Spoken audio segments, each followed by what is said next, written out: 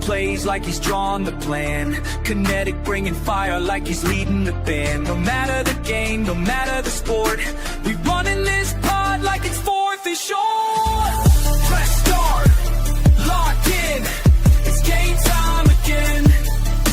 You tune in live to the Sideline Show with Kinetic and Lights Max. Let's go, the Gamer Sideline starts now.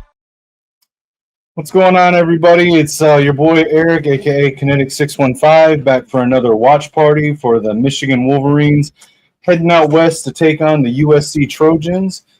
This is a very pivotal game. I've been saying it all year, and it should be a good one. Real quick, shout out to Beats and Treats Ice Cream. I see you in the chat, man. Appreciate you coming by. I agree. We definitely need to win this game. I don't know if you remember, but on the other shows that I've been on, I've said all along that I thought that the USC game was pivotal. I said that I thought we would get out of the Oklahoma, Nebraska with at least one win, and then it was pivotal that we, if we could win on the road at USC, that would determine if we were able to get into the playoffs. If we beat USC, I don't think we lose another game. The only other game that we could lose to is Ohio State, and as always, that's a losable game. But I think we win that game, which would put us at 11-1. But even if we lost that game, we would be at 10-2, and I think a 10-2 Michigan team in the Big Ten likely gets into the playoffs. So, yeah, they look good. But everyone said the same thing last year. And at the end of the day, it didn't matter. So, I mean, I'm not counting us out until they show that they can beat us again. Ohio State looks great. They look like a monster, but yeah.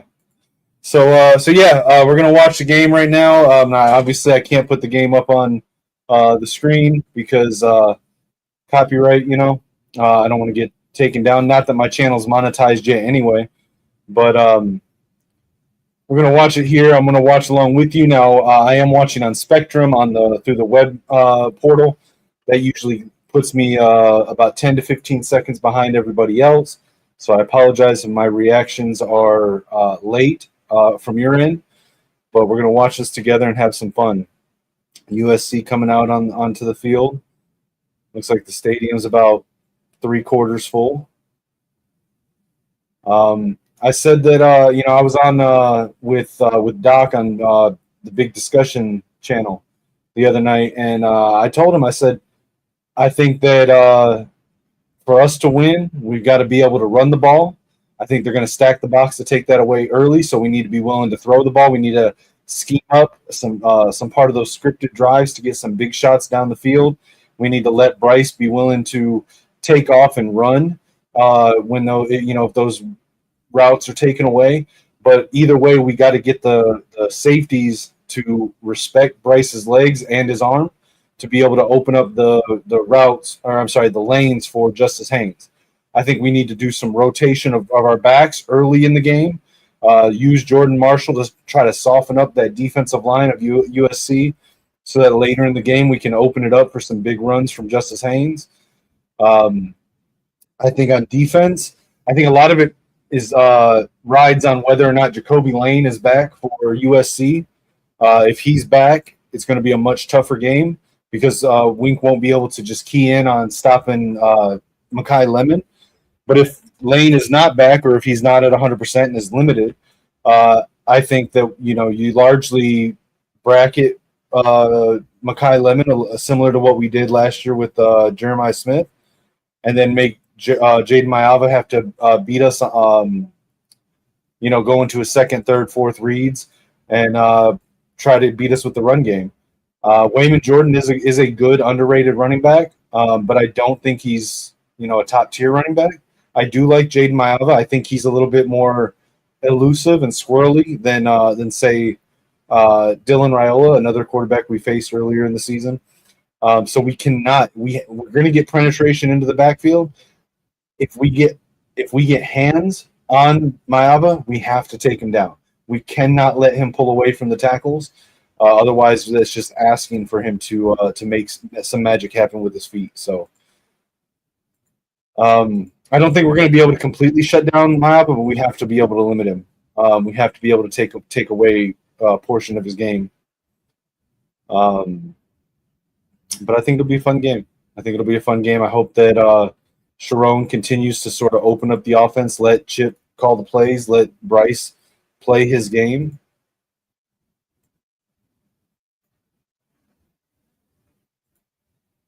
Yeah, they have to play good contain. But I mean, all of that kind of goes in together. Like if our defensive ends are playing good contain, setting the edges, our linebackers like Houseman and Rolder are shutting down the middle of the field. That lets Jay Shambar and someone like him be able to get that penetration, use his athleticism all over the line and in the middle of the field. And I think it also helps having Rod Moore back. He looked really good last week. Looked like he picked up right where he left off from the championship season. I think having him back there to be the quarterback on the defense, the same way Mikey Sainer still used to be for us. I think that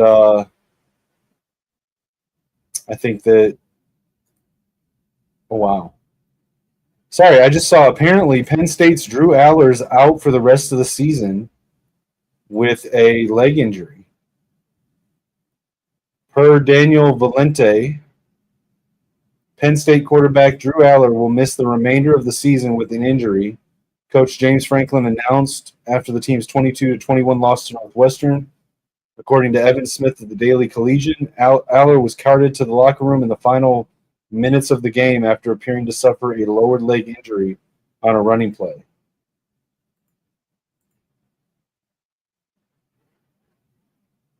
Wow. That's nuts. That is kind of crazy.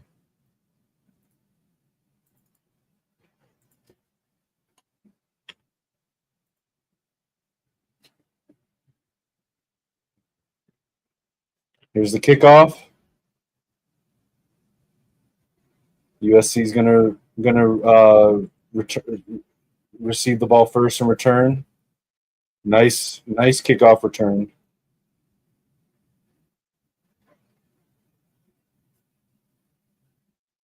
Wow, that's I almost missed the start of the game because of that.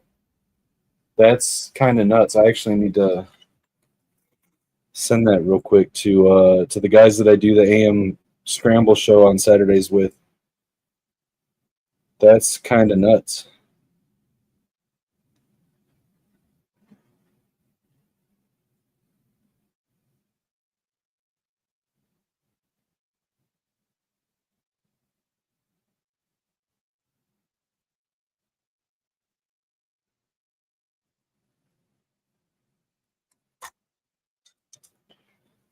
All right, we got USC, Mayava, and shotgun. Hands it off to Jordan up the middle. Gains 2, maybe 3. Okay, so they do have Jacoby Lane back, so it's going to make it a little bit tougher. I'm interested to see how effective he is.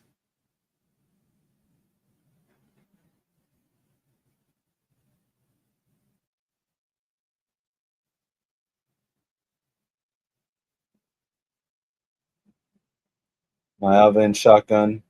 3 receivers wide left. Barham in the backfield gets the quick dump off pass to the running back. Gets it up to about a yard shy of the first down.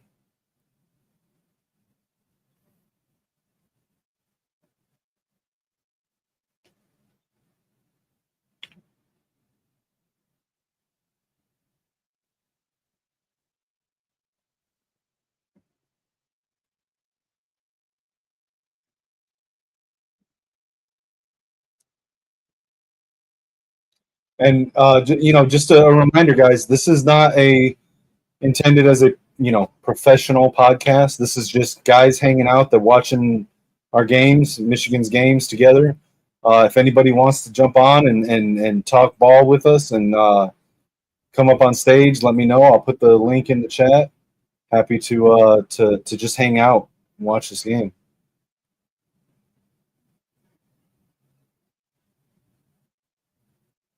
USC's running the ball decently effective for the first couple of plays here.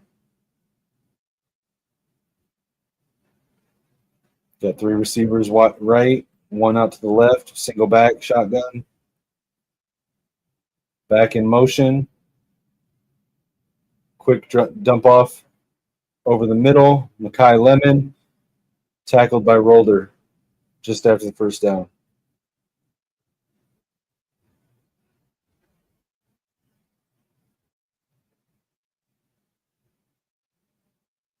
I like seeing Jayshon Barham playing an edge like he is.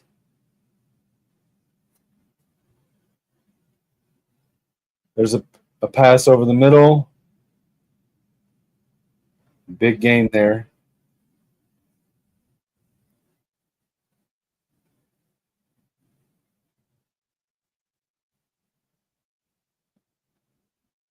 Come on, guys. We got to do better than that.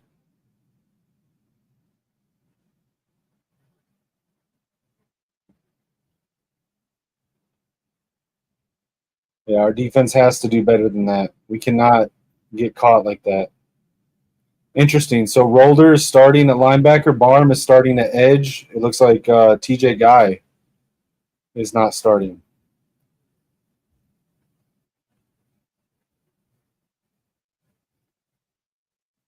TJ Metcalf's the starting nickelback. Brandon Hillman starting safety.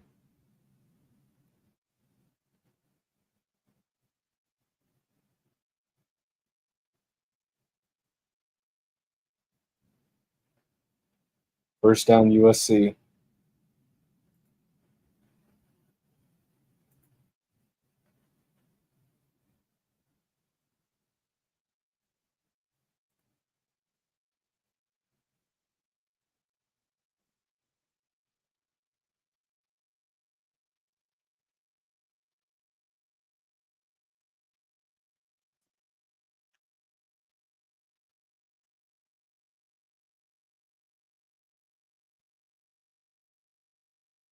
High snap, hands it off. No, fakes the handoff, keeps it, tosses it to Lemon. Looks like he barely got the first down.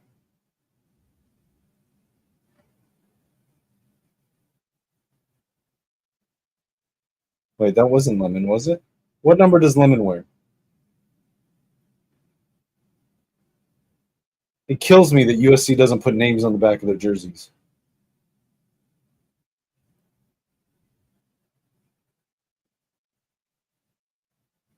Okay, that was not Lemon. What number is Lemon?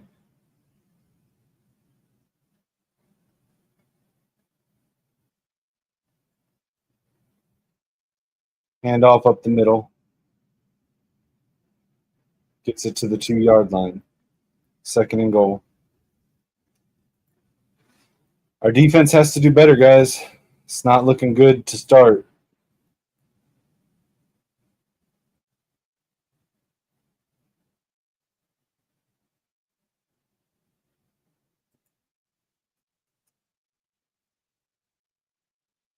Yeah, that's what it's looking like, man.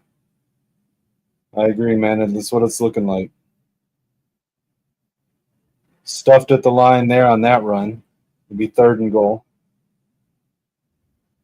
Yeah, potentially could be a very long night.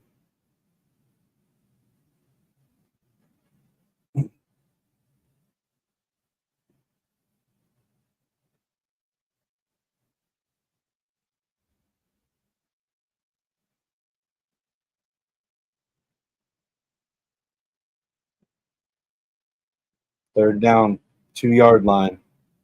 I was in shotgun, single back, wing formation, 2 receivers. Fakes the handoff, fires left, and caught. Touchdown USC. Yeah, that's what it's looking like, Troy. Hopefully we'll be able to answer back. Hopefully that, I mean,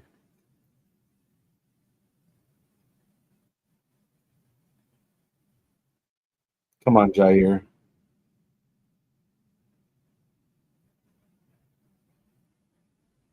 Yeah, that was crazy easy.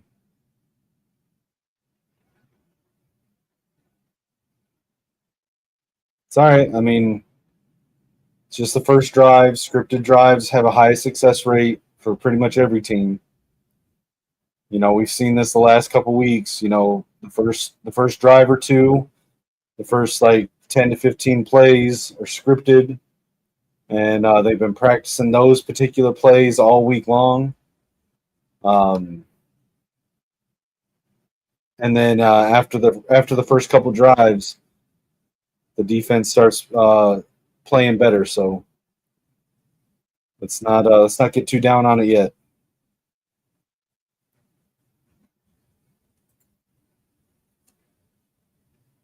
Yeah, I agree. But you know what, though? We were saying the same thing last week when we watched Wisconsin.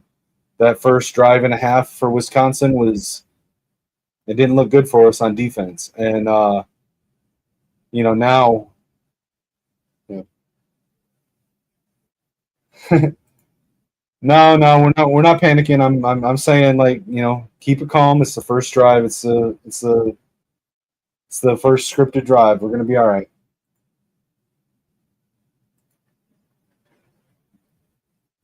Yeah, see, I had us at 10-2. I said that we could get away with two out of the three wins with Oklahoma, Nebraska, and USC, and we'd be good. So this is what I thought was the pivotal game all year. That's true, 100%. That's true, and that's what I was just pointing out. Is that the last few weeks, every time the first 10 to 15 plays, the first drive or two, it's scripted. The teams are practicing that all week long. Once they run out of that and they got to call the game as it goes, things tend to change against Wink's defense. So let's not get too down on it. Appreciate everyone tuning in again, guys. This is just me hanging out. I'm currently live both on my channel, Kinetic 615, and over at the Gamer Sideline, the channel that I host with our buddy Lichimax 626. Make sure to throw a subscribe and a like on both if you can. This is just Michigan fans hanging out, watching the game together. It's not supposed to be a professional podcast. Maybe a little bit of a call-in show if anybody wants to jump on stage and watch along and talk ball. We can definitely do that. But just let me know and I'll put the link in the chat. But we're just here hanging out, guys, having a good time and watching the game together. Definitely offense needs to control the ball, give defense a rest and time to make adjustments. 100%. We cannot have a quick 3 and out. We have got to answer back with a sustained drive and put some points on the board, whether it's a field goal, whether it's a touchdown. We cannot have our defense getting tired early in the game because we can't stay on the field.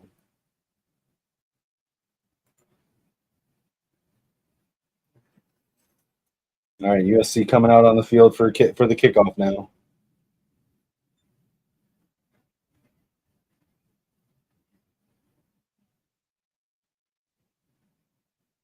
Andrew Marsh is going to return the kick. No, it's going to go out of the end zone, so touchback.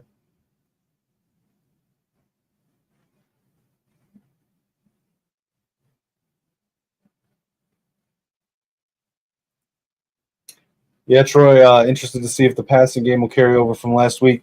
I agree. I think we need to. I think our biggest limiting factor is our wide receivers.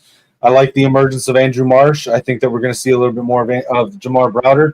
We've got Hogan Hansen back. So I'm looking to see if we run a little bit more 12 personnel. At McCulley, Marsh, Hansen, and Klein out there a lot. We got Gio back at the offensive line. So I think we're going to be good here. All right, first play. It's a play action and an incomplete pass to Donovan McCulley, just a little too high.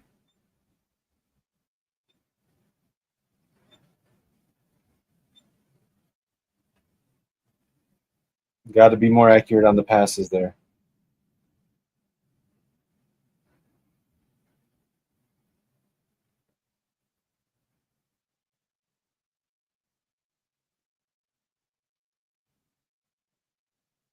We got Bryson shotgun, Justice Haynes in the backfield, 3 receivers, Marsh in motion, across to the left. Bryce dumps it off to Justice Haynes, makes one guy miss, gets a couple yards.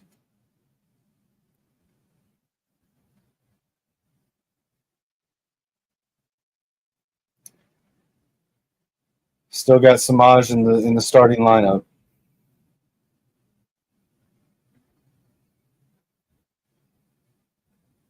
We got Jake Guanera continuing to start at right guard. That's good. Bryson shotgun, tight formation, one receiver out wide to the left. Bryce is changing something. Changing the formation. Now we got trips left, one receiver to the right. Quick pass to the running back and dropped.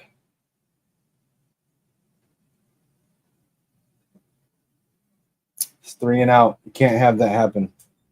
It's not a good start. Not a good start, guys. Bryce has got to be more accurate, man. Come on. There's no excuse to be that inaccurate at that range.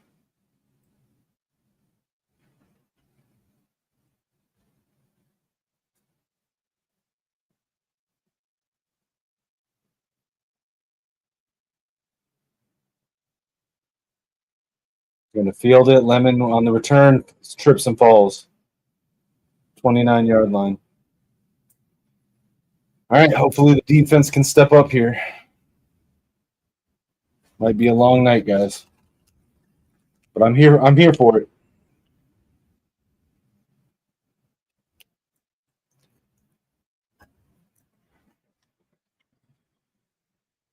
Yeah, that was not the start that we were hoping for. Not the start we were hoping for, guys.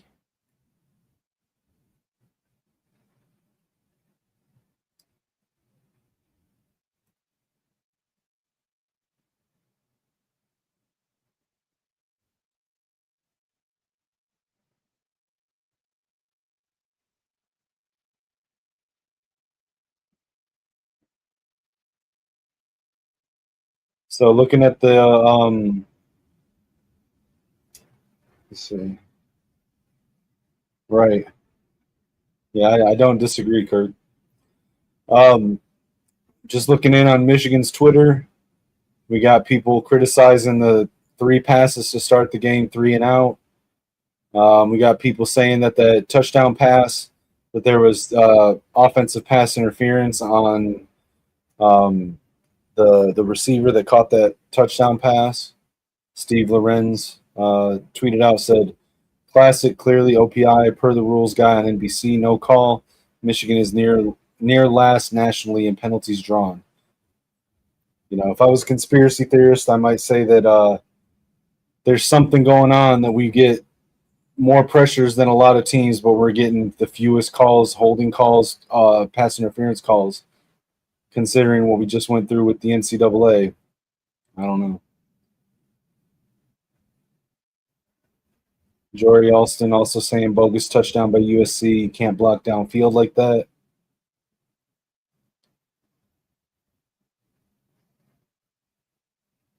For those that didn't see it, Penn State quarterback Drew Aller is out for the rest of the season with a leg injury.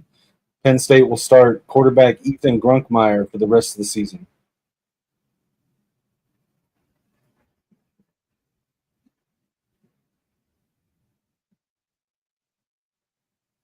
Interesting stat from Brock Helig here.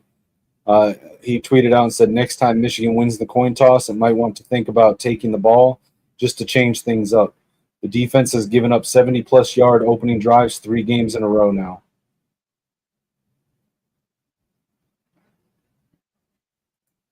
Yeah, Franklin might as well get the moving boxes and find a real estate agent.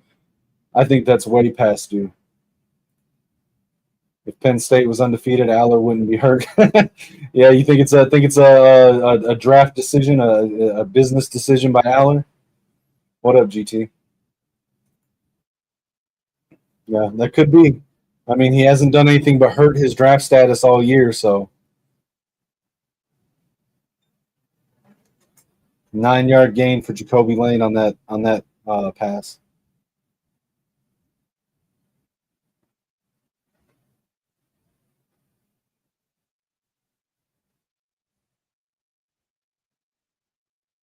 Yeah, Jacoby Lane's looking good coming back from his injury. He's not looking limited at all so far.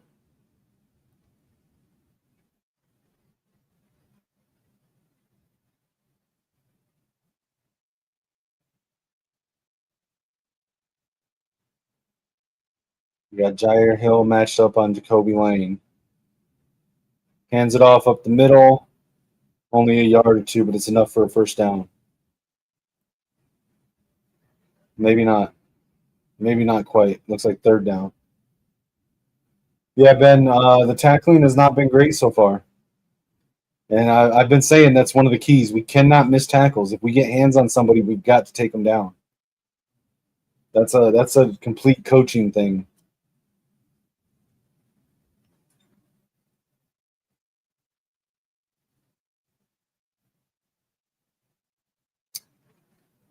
There we go. Defensive stop. Jay-Sean Barham in the backfield. Brandon Hillman, it looks like. Trey Pierce in on that.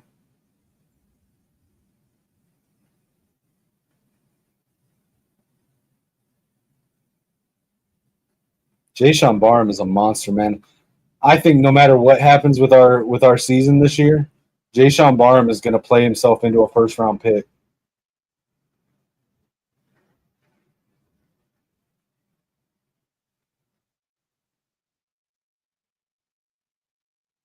What are they reviewing? What are they reviewing?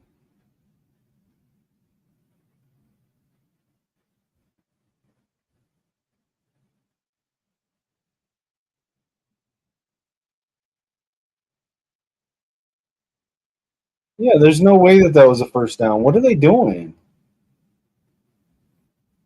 That shouldn't even be being reviewed. Wait, that wasn't Trey Pierce. That was Trey Williams that I mentioned earlier. Yeah, it doesn't look like a first down. Now I'm a little bit behind you guys, but don't worry about that. Like, still put your comments into the chat in real time. I know most people care about spoilers. I don't care one bit about spoilers. If you tell me something's happened,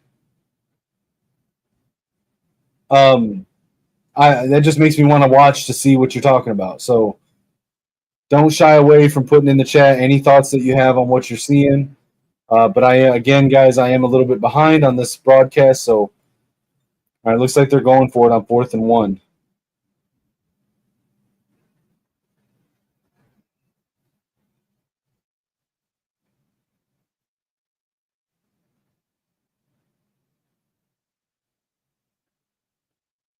Nope, it's whistled dead. USC called the timeout.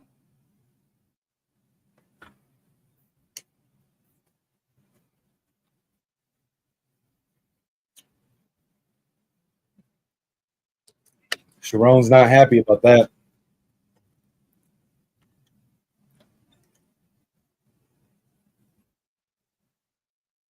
Surprised there's not more representation of Michigan in the crowd.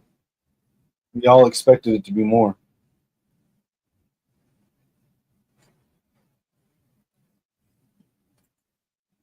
Again, guys, just a reminder: to like and subscribe, share the video out. I am currently live both on Kinetic 615 and over on the Gamer Sideline. Make sure to check out both channels. I am going live pretty much all season for watch-alongs for my favorite teams. Obviously, the Michigan Wolverines. On Sundays, I also do Minnesota Vikings watch-alongs.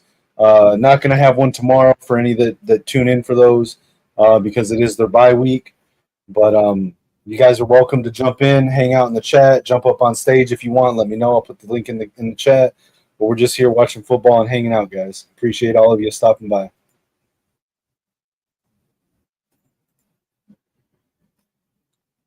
Let's refresh this, see what Michigan Twitter is talking about.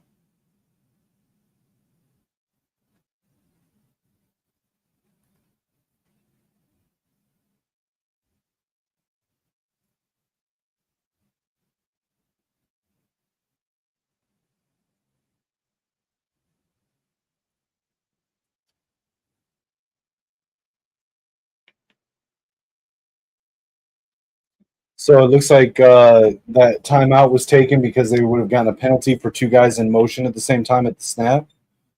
Is that what happened there?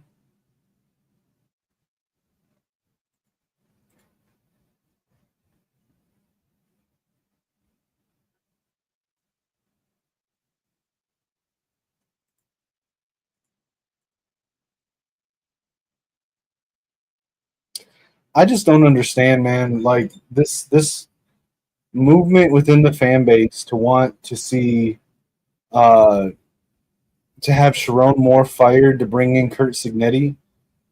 I don't see it, man. I like Sharon. I think Sharon's the guy. I don't think Signetti's a good talent evaluator, but like I don't think he's the recruiter that Sharon is.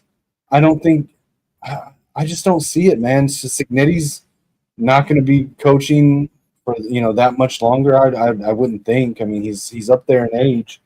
Sharon's young. He's energetic. He connects with the players. I don't understand what this push is that people have been doing literally since last year about getting rid of Sharon. Like that's crazy to me, man.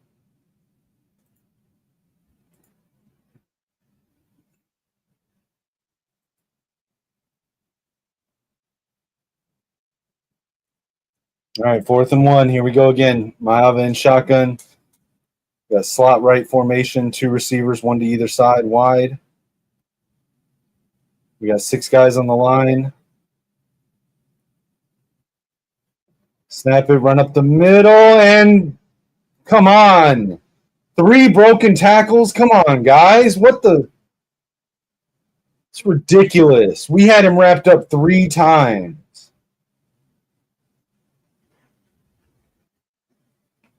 That's insane. What are we doing?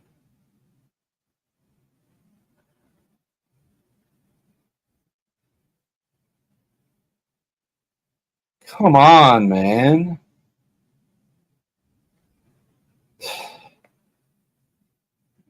That's crazy, dude.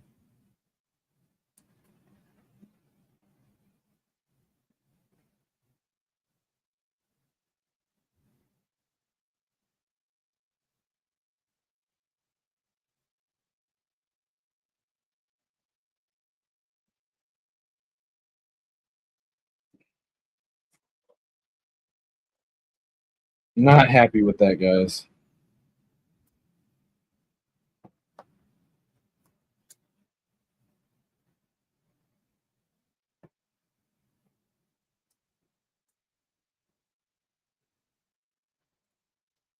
Yeah, we cannot do that. We're going to lose the game if we're tackling like that.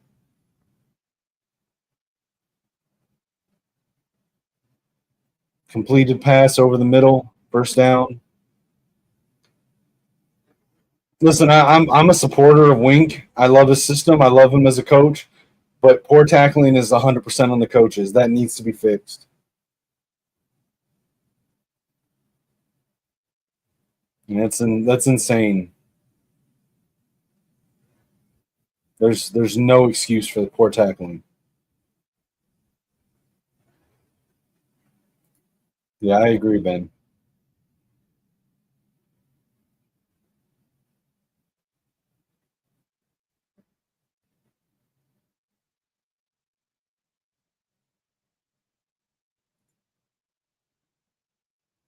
One 100%. If we don't shore up the tackling and the coverage, like it's they got to do better. They got to do better.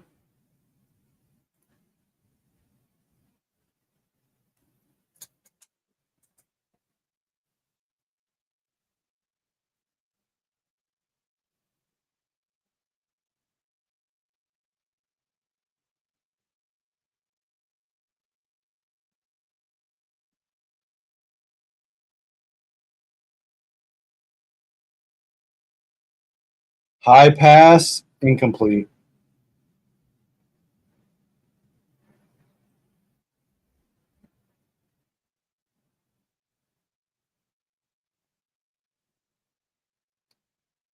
Listen, I know the commentators said that was good coverage, but I don't think that was good coverage. That was a catchable ball, and the receiver just missed that. Like Jair cannot keep getting beat off the line like that.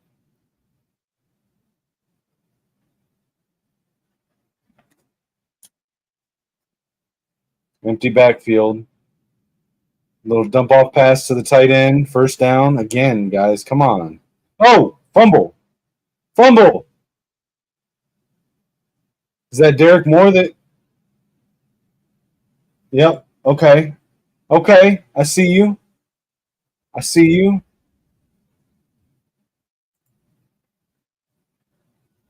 One second, guys. I got to try to fix my camera. Hold on. I'm still here. I just have to fix my camera. 1 second. Who was it that hit? Who was it that knocked the ball out? Did you guys catch that? Who was it that knocked the ball out?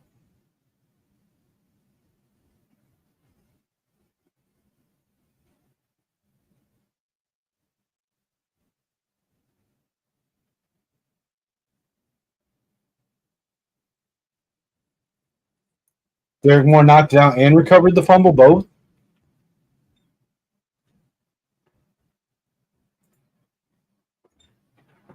Does the camera look all right, guys, or is it being like is it choppy? Yeah, I know. I saw Derek Moore was the one that recovered it, but I didn't see if he was the one that knocked it out.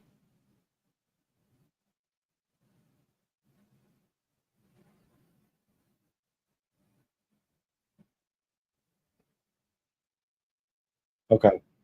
Yeah, on my end here on StreamYard, it was getting real choppy, and I wasn't sure if the cable behind the camera had come out, so I double checked it. But let me know if it starts like doing any weird stuff.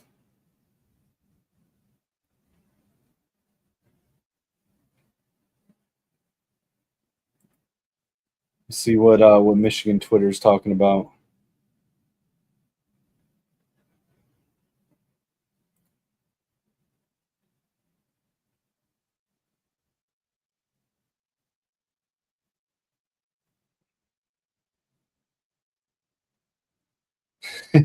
Denard Robinson tweeting at Taylor Lewan, tell him to run the ball.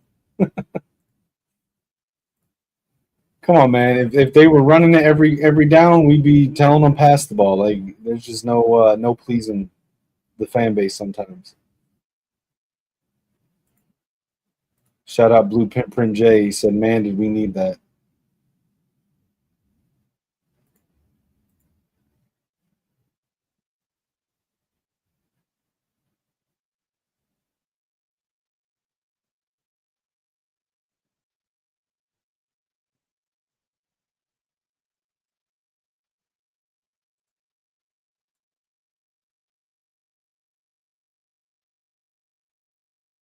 Looks like Jair Hill was the one that knocked it out.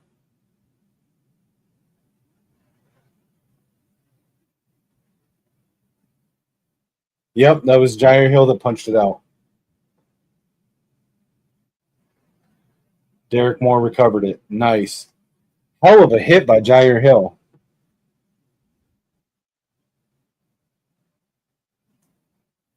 All right, we got Bryce handing it to Justice Haynes up the middle. Decent little run, like 4 or 5 yards.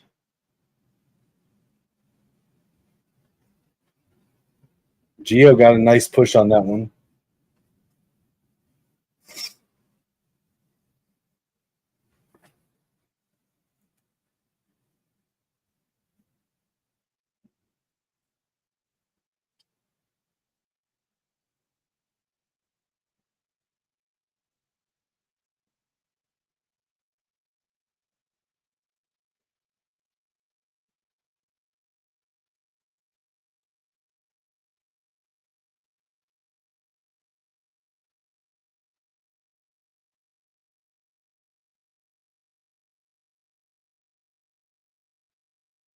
Watch that cornerback, Marcellus Williams. I know he's a redshirt freshman for USC, but he's good. Yeah, I agree. Listen, hey, red alert! We have a catch by Samaj Morgan. Yeah, Kirk. Listen, I will be the first person to own up when I'm wrong on something. And all off season, I was on Team Jordan Marshall. I thought Jordan Marshall would be 1A to Justice Haynes 1B, and I was wrong. Justice Haynes is clearly the more electric back right now. I still think Jordan Marshall's great, but Justice Haynes is the guy. So Marsh in motion, passes in the backfield to Marsh. Marsh gets through, first down. Nice gain of what was that, like 20 yards, give or take, for Andrew Marsh.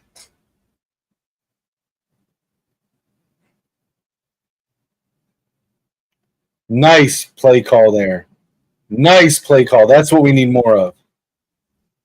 Andrew Marsh is special, man. Haynes up the middle.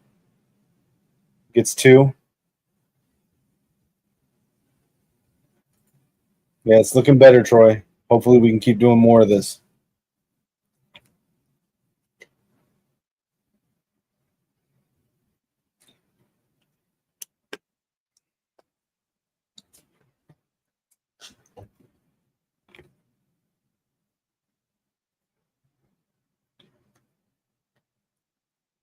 Shotgun. Haynes in the backfield. We got 4 receivers. Fires right. Bullet pass. Andrew Marsh with another catch. Listen, as far as I'm concerned, McCulley and Marsh are 1A, 1B. I almost would say Marsh is the best receiver on the team. McCulley has a very specific skill set that nobody else on the team has. So I can't say Marsh is like better than him. As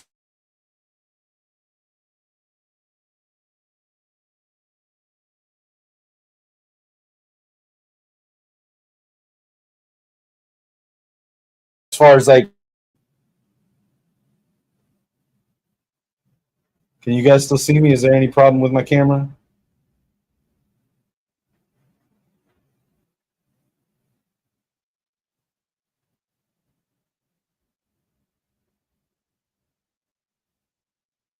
Test. Can you guys hear me? Can you see me?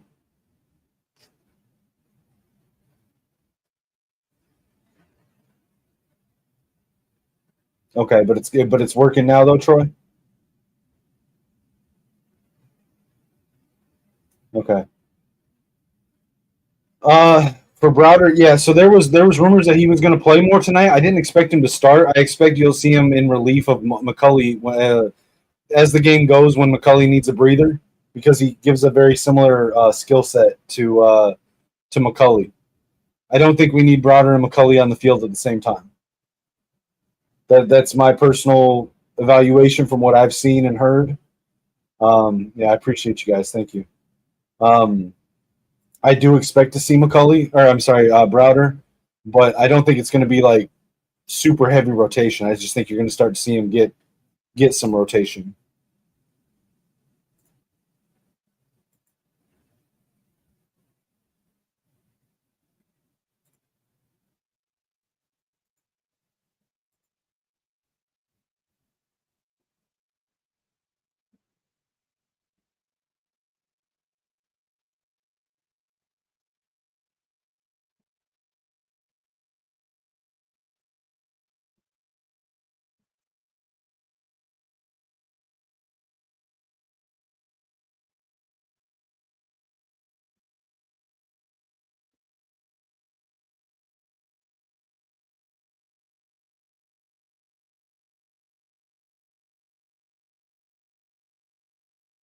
Shout out to Trevor McHugh, echoing what I was saying earlier. Michigan is running a lot of 12 personnel here.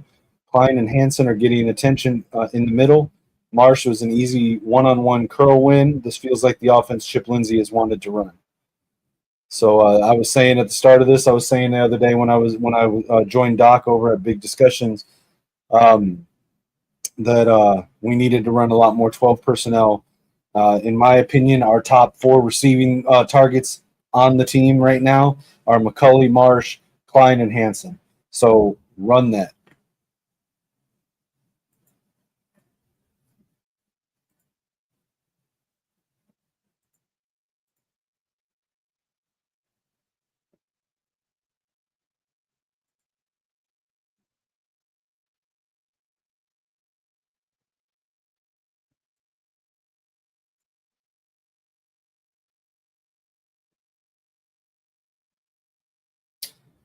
Okay, this is going to sound stupid. Chris Ballas put this out and said, and I don't mean he's going to sound stupid. I'm going to ask a stupid question here.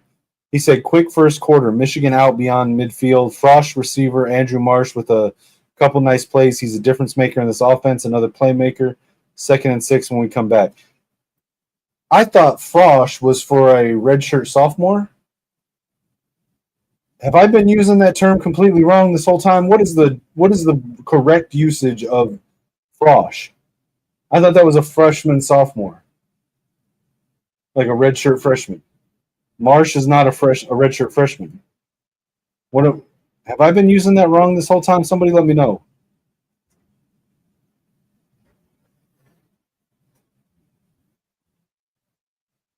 All right, we got Underwood and shotgun with Haynes. We got 4 receivers grouped up right. Now we're changing the play. What's going on?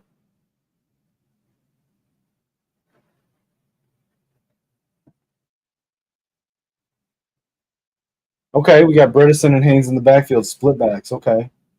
Right, GT?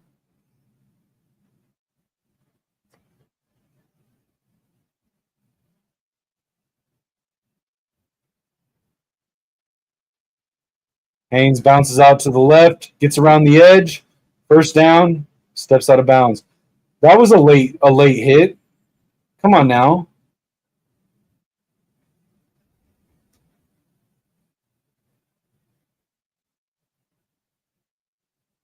Yep. Was that Kendrick Bell blocking? That was McCulley. Never mind.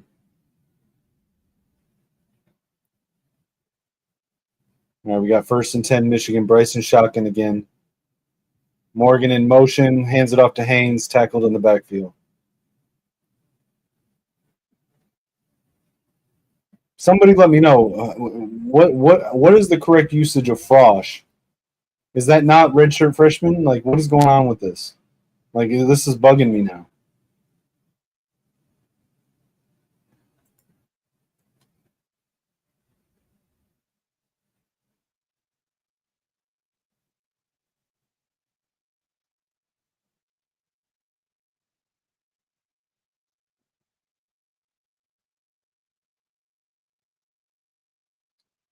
Screen pass quick to Marsh, almost bobbled it, but still was able to recover and get a few yards on it. Appreciate everyone rocking with us. We're 48 minutes into the stream. Appreciate y'all. Man, that was a bullet.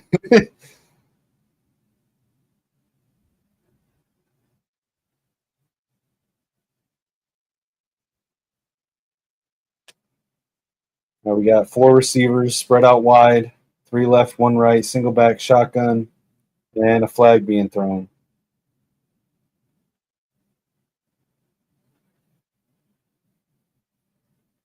False start. What?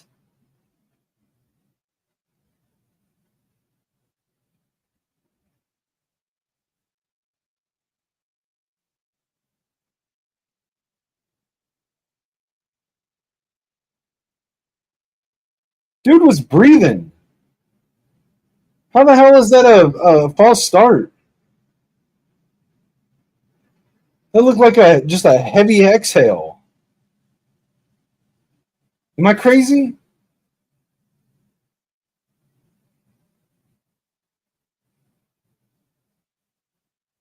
Sack. Come on, man. Completely unblocked.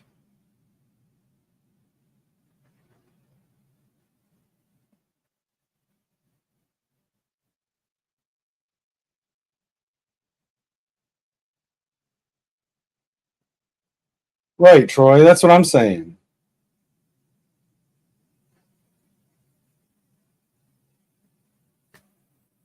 That's crazy, man.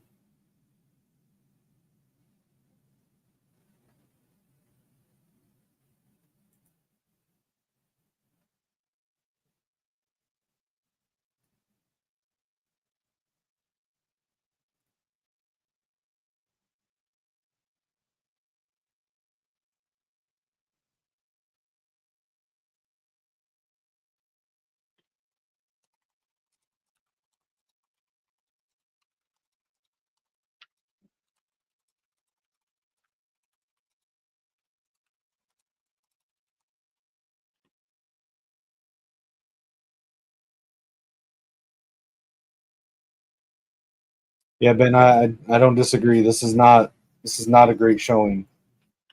But that false start was ridiculous.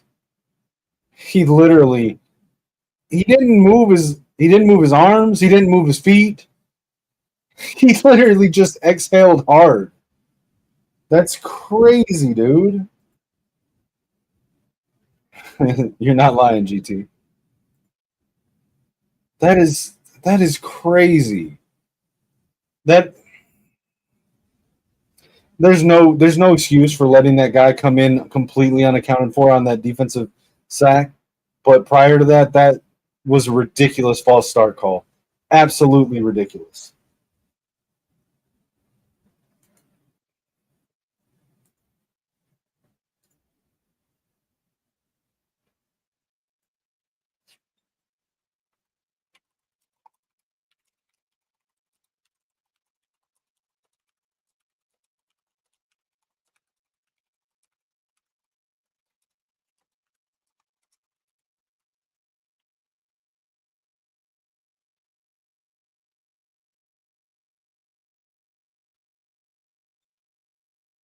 Are they? Yeah. I mean, Iowa's a better team than Wisconsin this year.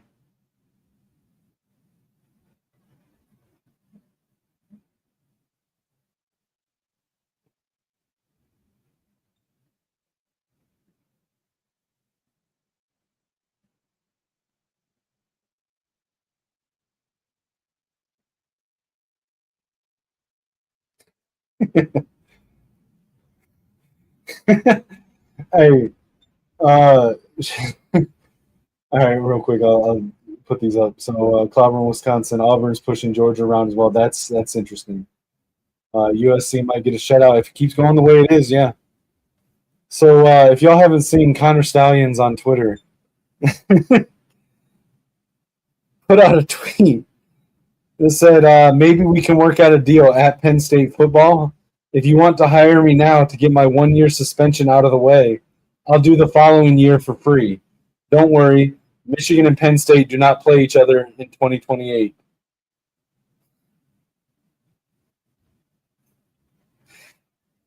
Freaking Connor Stallions, man.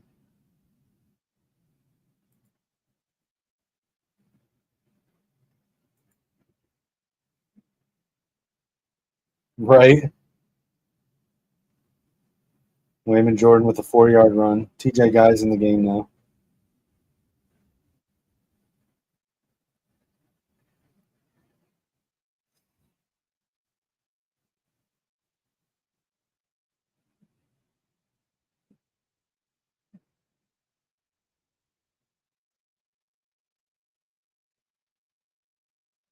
Barham's not in the game right now, is he?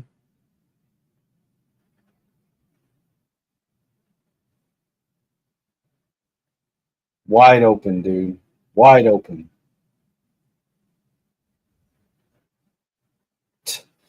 21 yards on the scene. Come on, guys. What are we doing? What are we doing?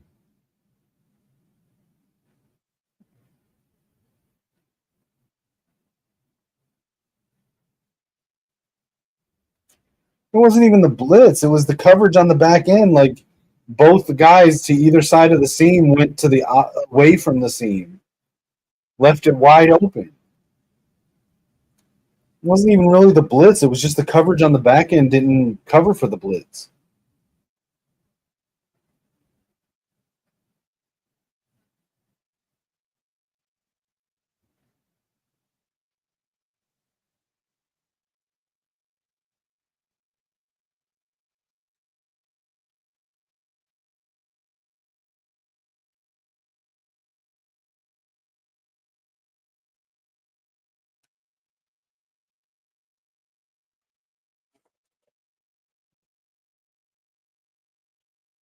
Yeah, I agree. I agree, GT. GT. All right, we got Barham back in the game.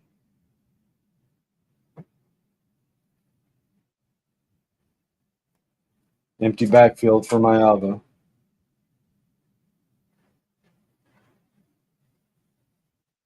Incomplete pass.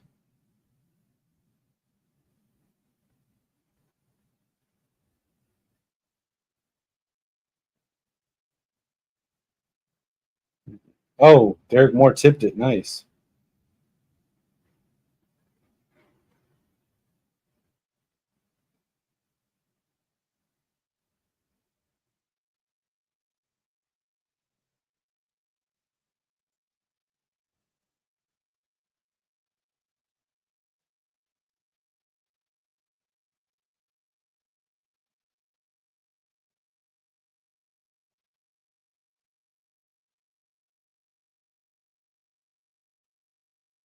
If that touched the ground, would it not?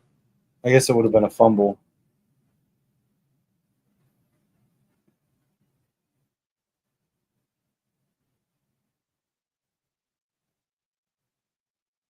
Yeah, Barham is nuts, dude.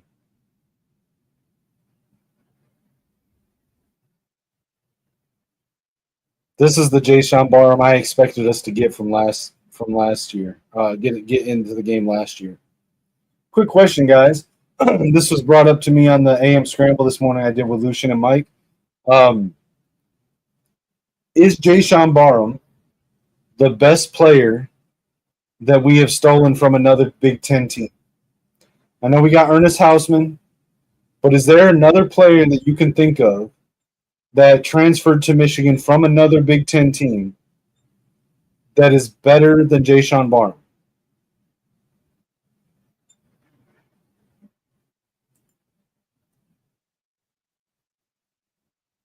By the way, every Saturday morning over on the Final Whistle Network with my guys Lucian and Mike, we preview the day's upcoming games, slate of games. It usually starts about, depending on your time zone, 8 or 9 in the morning, and goes till within an hour of the noon kickoff. So, the Final Whistle Network on YouTube.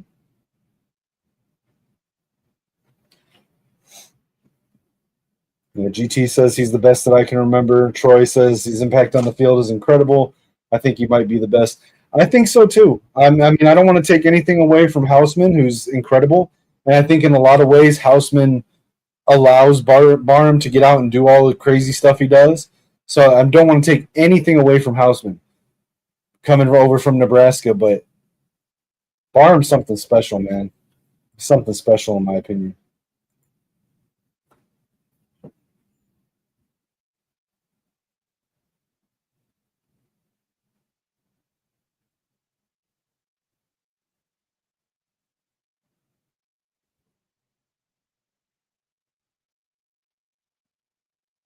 Josh Preeb.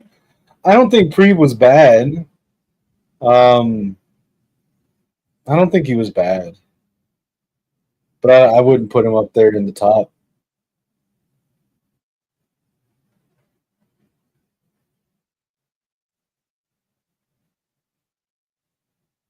Okay, so that's what I thought. It hit the ground, so it's down where he recovered it.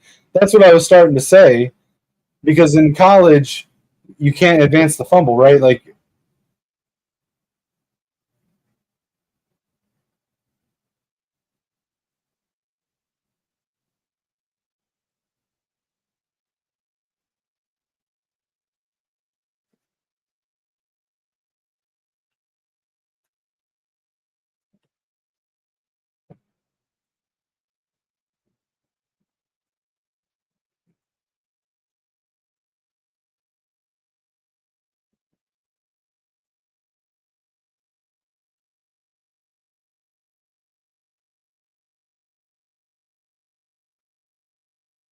there we go.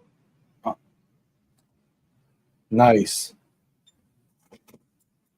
Hey, did you see that little twist? It wasn't really a twist, but it was a twist with Jay Sean Barham there.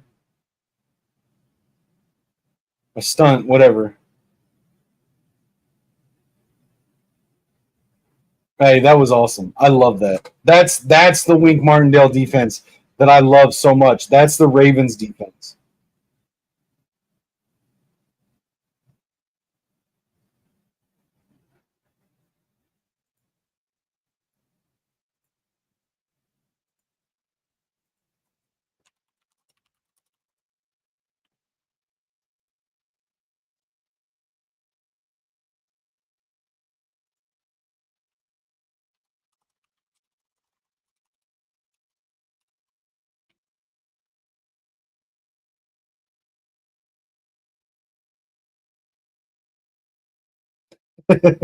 I think boys like 5'11", maybe. That might be generous.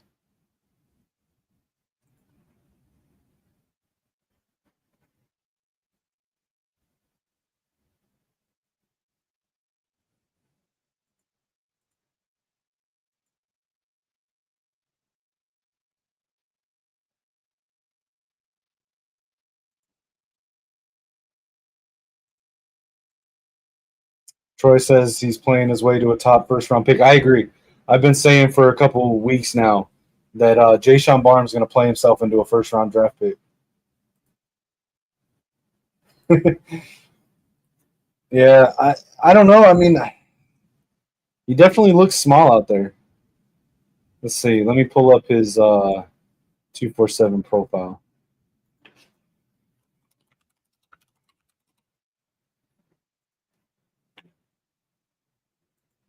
According to 247, he is 5'10", or was at the time of his recruitment in 2023. Maybe he's grown an inch. I don't know. But at the time he was recruited, he was 5'10", 174, according to 247.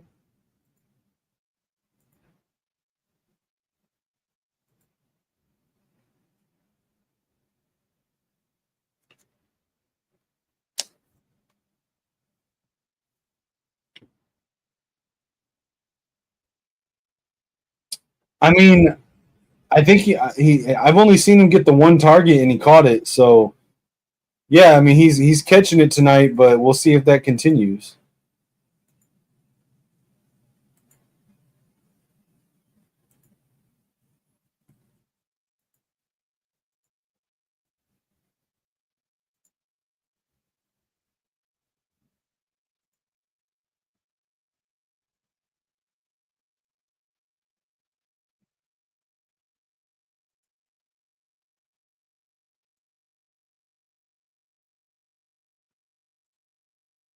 Right. Yeah, it's like I said, I don't care how good you can run a route. I don't care how good you are at making plays with the ball in your hand. If you can't catch the damn ball, none of that matters.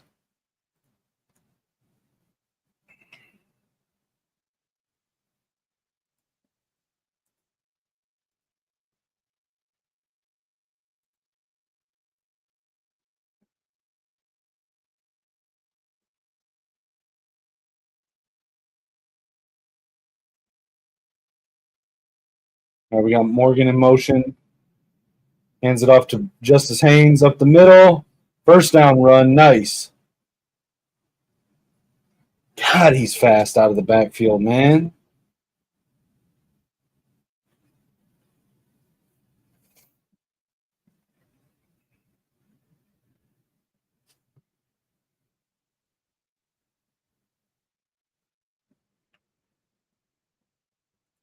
We got it. We need to ride Haynes to strive. Yeah, I agree. I agree. We got three receivers. Marsh in motion. Hands it off. Run up the middle again.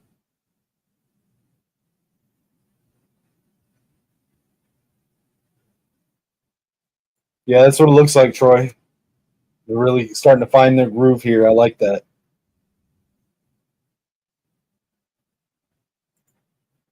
Yeah, 100%. I mean, if you watched the game last week, was it last week they played Illinois? If you watched the USC Illinois game, ooh, that hit looked nasty to his leg. Um, I mean, Illinois just gashed him on the ground, dude.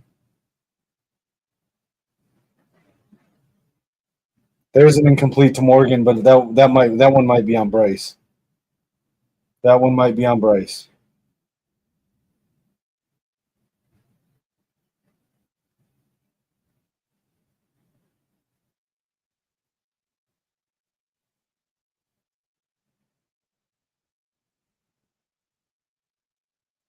Yeah, I agree. That one's on Bryce. You know, we always right.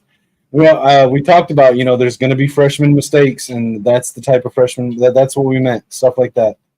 Haynes up the middle, first down.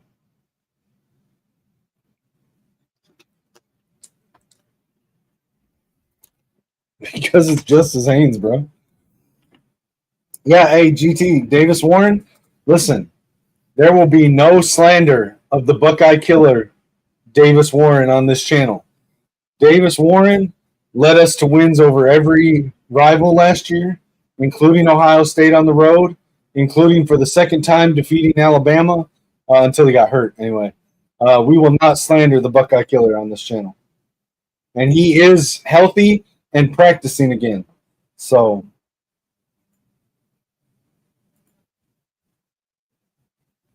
yeah, I agree.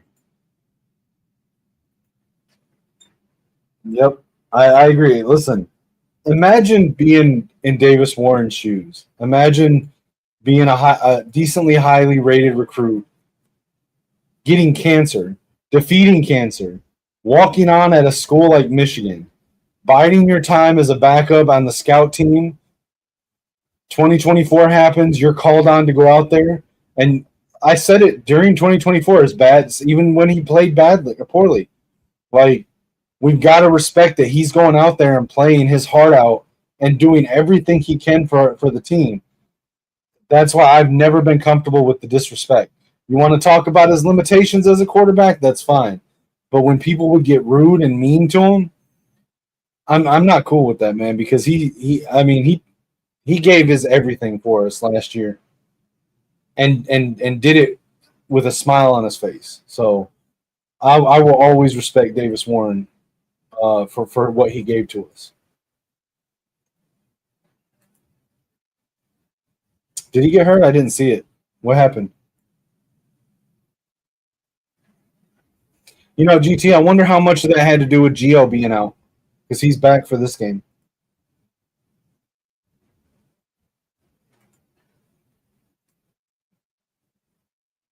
Yeah, 100% GT. 100%. Like, none of us know what he's dealt with. And to be able to fight back from cancer, to be a starting D1 power forward quarterback, and to win 7 games in or however many games he started in the Big Ten with the receivers that he had, with the offensive coordinator that he had. Come on, man! Like let's put a little respect on him, on his name, and really take a look at what he did. You know, I'm not saying he's like the best quarterback in Michigan history. I'm not even saying he's in the top 50% as far as skill, but as far as heart and as far as being a Michigan man and doing everything he could for our team at every turn, man, he deserves our respect.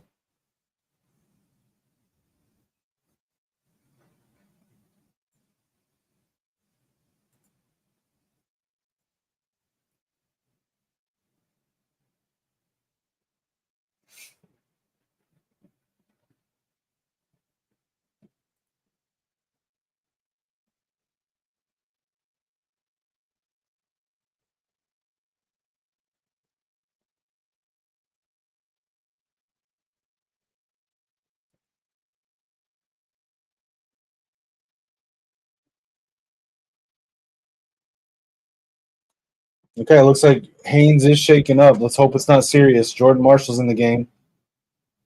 Pass knocked down.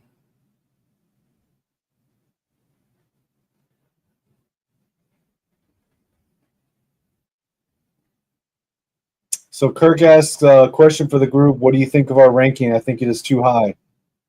What do y'all think, chat?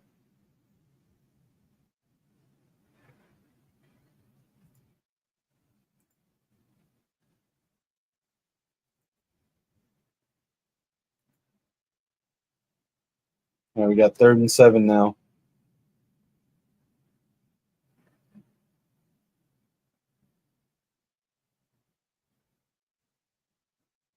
Nice first down grab by McCulley.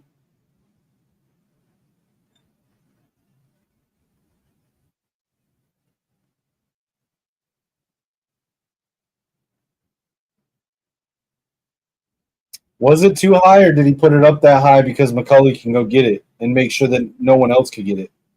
Oh my God! Look at that bullet to Marsh. Jesus,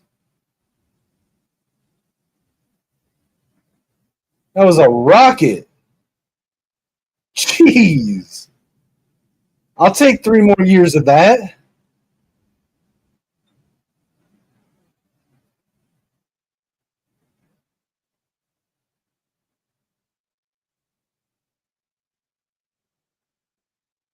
You talking about the AP ranking, Ben?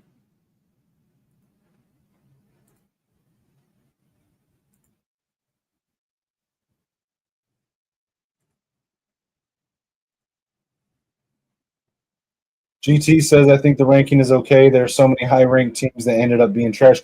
Yeah, so like I said this last night when I was doing the weekend preview with Lichimax. There we go, Jordan Marshall with the first down run.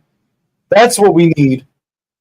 I was talking with Lichimax last night over on the Gamer Sideline, and like looking at the AP top 25, man, like even the top 10, it's like the top 5, maybe 6 are good.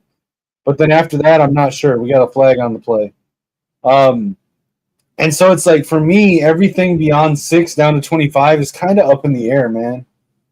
There's so many teams that I just don't even know where to put them. All right, we got another false start. Come on, guys.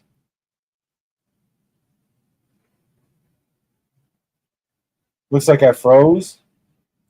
Troy, can you hear me? Are we good?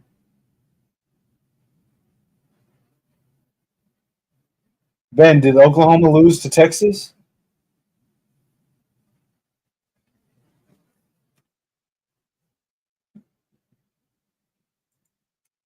Troy saying that I'm on his end. It looks like I froze. Can you guys hear me? Am I okay?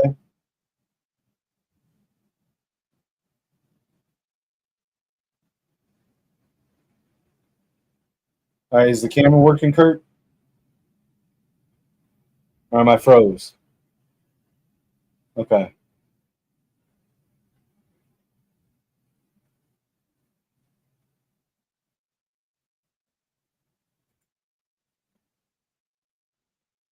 So again, I said this last night on the show with Lichimax.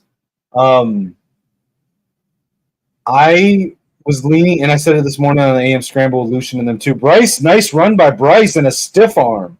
There we go. There we go, guys. Go blue. Cue up, hail to the victors now. Game's won. Bryce is running. Jesus. So I was saying last night when I was talking to Lichimax and this morning on the AM Scramble, my thoughts going into this week for the Red River Shootout was that I thought that Oklahoma was good, even with their backup quarterback, Michael Hawkins, because he had experience. He started a decent number of games last year for him with Jackson Arnold being benched, and I would have picked Oklahoma. But I started to shift over to the Texas side for this reason. Mateer went out with a hurt hand. He was supposed to be gone for 3 weeks. And the fact that they felt like they needed to bring him back and push him to come back early for this game told me that they either didn't have confidence in Michael Hawkins or that they were going to put a guy out there at quarterback that wasn't ready. And either way, it was a bad combination. Touchdown, McCulley. There we go. But that made me start to the point that this morning when I was on the AM Scramble with Lucian and Mike, that I said that I wasn't really confident in Oklahoma winning. I did still pick Oklahoma to win a close one, but I said I was not confident in it because, like, why would you rush Mateer back from an injury if you thought that you could win? And if you put him out there before he's fully healed, that's a bad combination in my opinion. So, all right. So yeah. So 23-6 Texas. Troy said, "Nice call. Give him the option to run more." I agree. Appreciate that. Kurt, camera's working fine. Mateer looked like a shell of himself. That was what I was afraid of. Called it a trap game for OU. Yeah, but it's a rivalry game, so every year it's kind of like that. Yeah, 100%, 100%, and that's why I was so shaky about picking him because. God, that was good. That was a nice play call because he had both receivers open. But yeah, no, I 100% agree. Nice throw by Bryce. Now we have a ball game. 100%, Brent. Ben, I thought that it was way too soon for him to come back. Didn't even score a touchdown. Yeah. I appreciate that, GT. Yeah, that route, keep that route in the playbook. That route needs to be at the top of the play call sheet. So, again, not to toot my own horn or take a victory lap, is Justice Haynes done for the day? Justice Haynes is out for the day? That's not good. That's not good. But to not to necessarily keep taking victory laps here, okay? But again, on last week, on the AM scramble with Mike and Lucian, I did say that I trusted Nico and USC more than I trusted Penn State and Drew Aller, and I said the same thing this morning, that I would take Nico over Aiden Childs, and that I would take UCLA over Michigan State, and they thought I was nuts for saying that. They thought I was nuts. So maybe a little victory lap.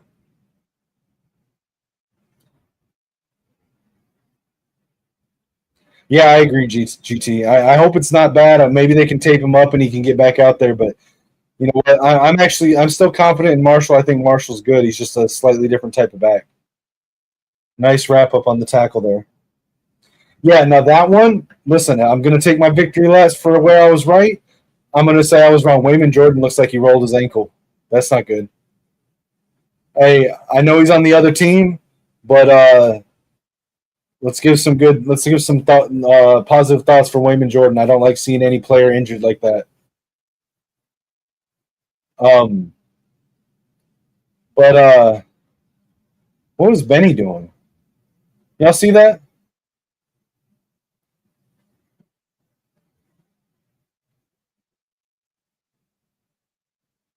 Catch by Lemon. God, Lemon is good, dude.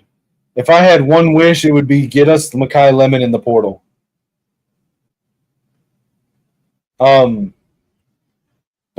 yeah, so I'm gonna be accountable for where I'm gonna be accountable for where I'm wrong.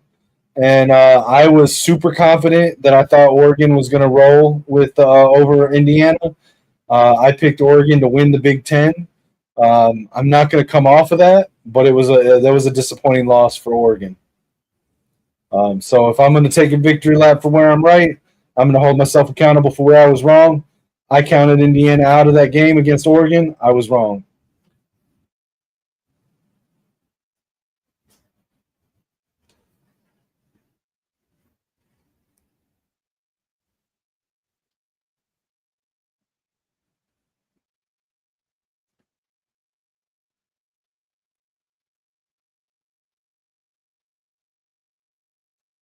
Yeah, we get the second half kickoff.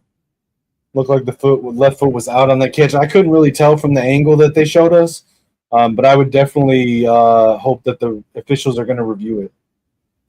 Indiana threw a pick six on the road, still won by 2 scores. Yeah, that's true. I think Dante Moore is the best quarterback in the country. I think Mateo Uyagalele, or however you say his name, is one of the best defensive edge rushers in the country. I just thought that Oregon was going to be able to beat them. I was wrong. Yeah, like I said, I couldn't see it well enough to see if it was, but we shouldn't have to challenge it. If they're gonna review some of the stuff they've already been reviewing, they need to review that official review. They are, but I also don't think that they're good, but I'm just not buying them as a top team. Like Signetti's good, but I don't know. I don't.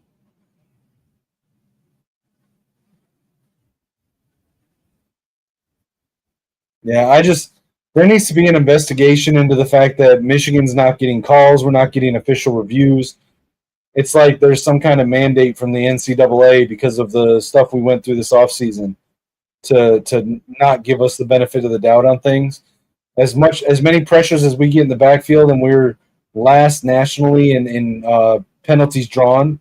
I don't know if we've had an offensive holding call all year. Um, there's something going on. Yeah, I agree. I agree, GT. So there needs to be something done to hold the NCAA accountable for this crap.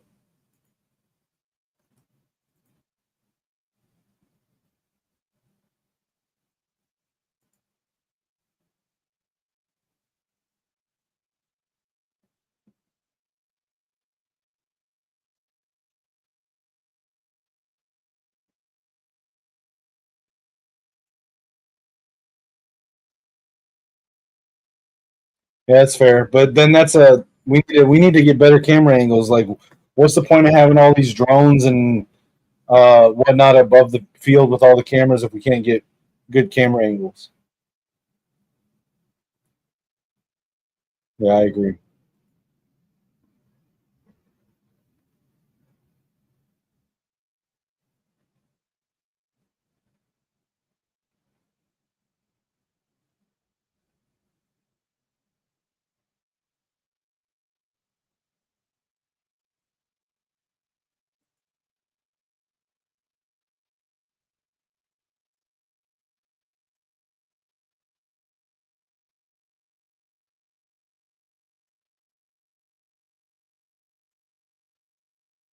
Penn State lost to Northwestern. That's crazy, dude.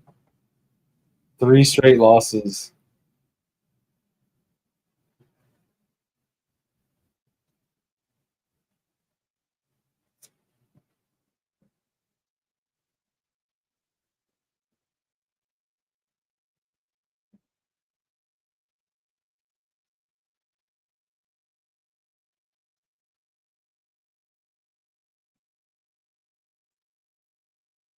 Yeah, I agree.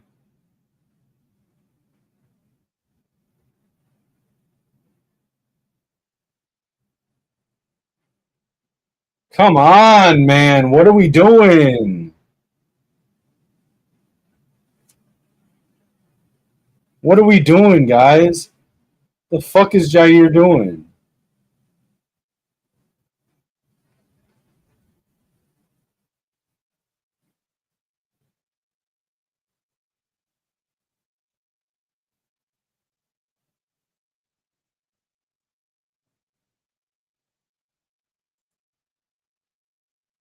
Yeah, this is all on coaching. As much as I give Wink props, come on, guys. We cannot have poor tackling like this. Not in Big Ten play. This is nuts. There's no excuse for tackling like this.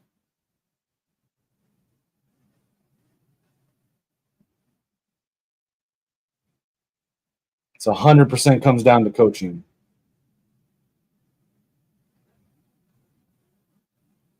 Come on, guys. A lob screen pass, and we can't get any kind of penetration, any kind of coverage.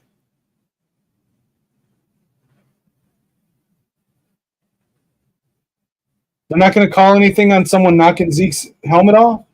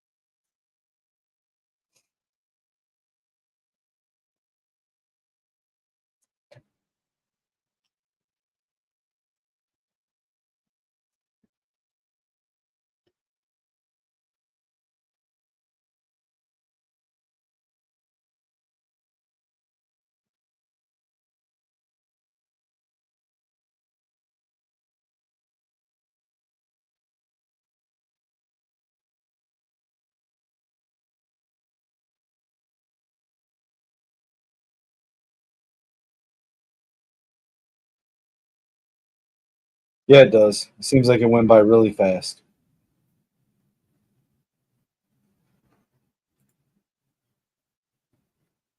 Yeah, we need the defense to step up, especially if Haynes is out.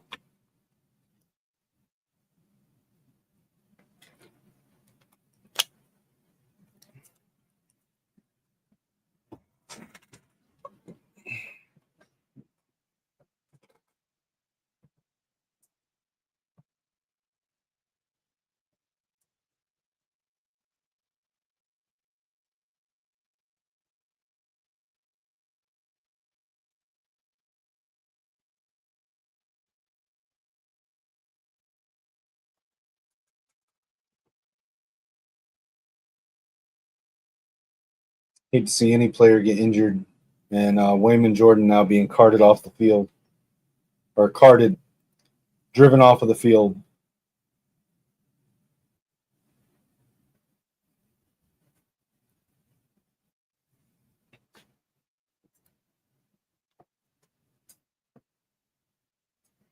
We got 15 seconds left on the clock, tie at 7. USC second and 1.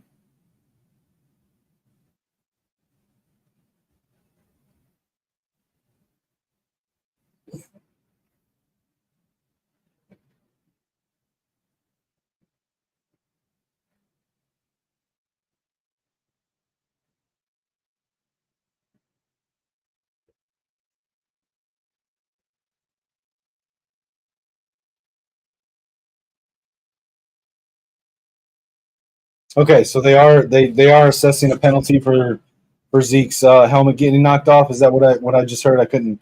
It was cutting in and out a little bit for me.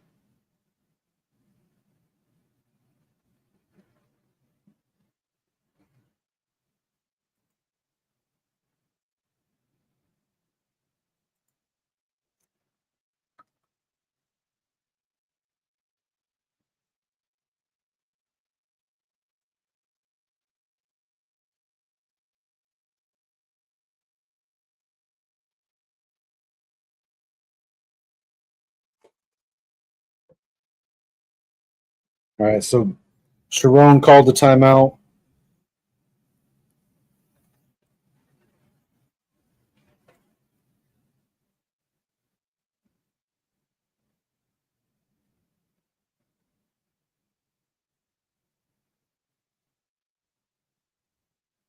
Now they're going over time to pass from snap, and I had a very well known podcaster in the Michigan community tell me not too long ago that time to pass is a meaningless stat, and that I was foolish for thinking that it mattered.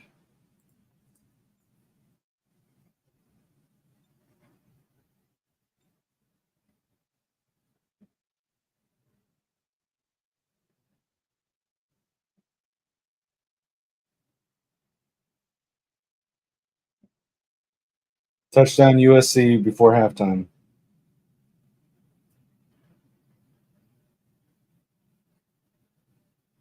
All right, so we're going to go into halftime down a touchdown.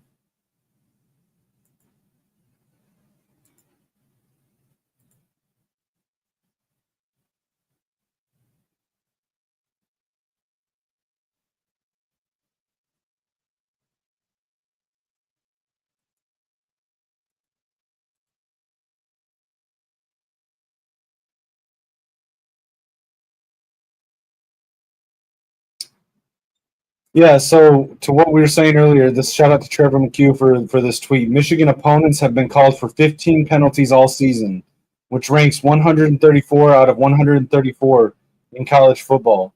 USC 0 penalties in the first half.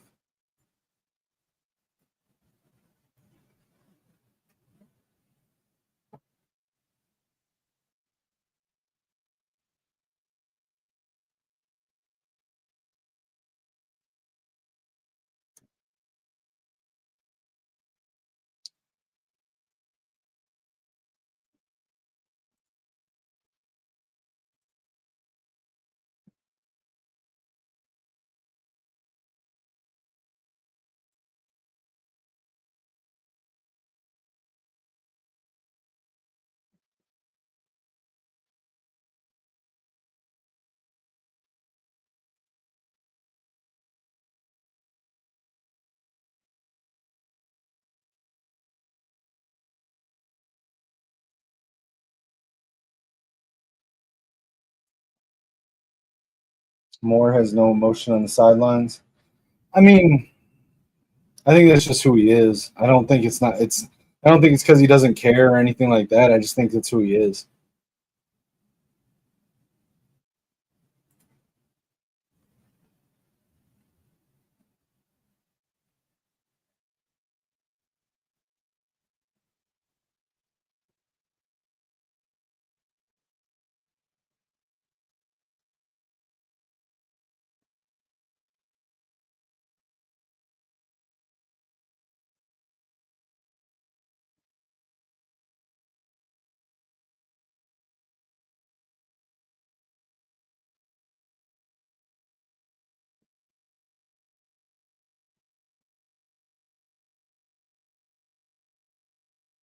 Yeah, but I think there's a difference between getting hyped up to pregame and then being locked in during the game.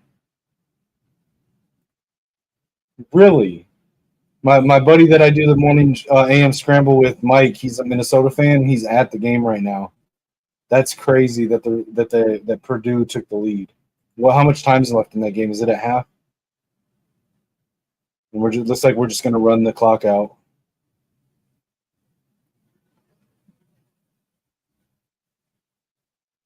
All right, guys, we're going into halftime. Score is 14, USC, Michigan 7. Um, yeah, I just want to thank everyone for rocking with us. We're going to go through the halftime and through the second half of the game. Just watch the game, have fun. Again, I'm currently live on both Kinetic 615 and over on the Gamer Sideline.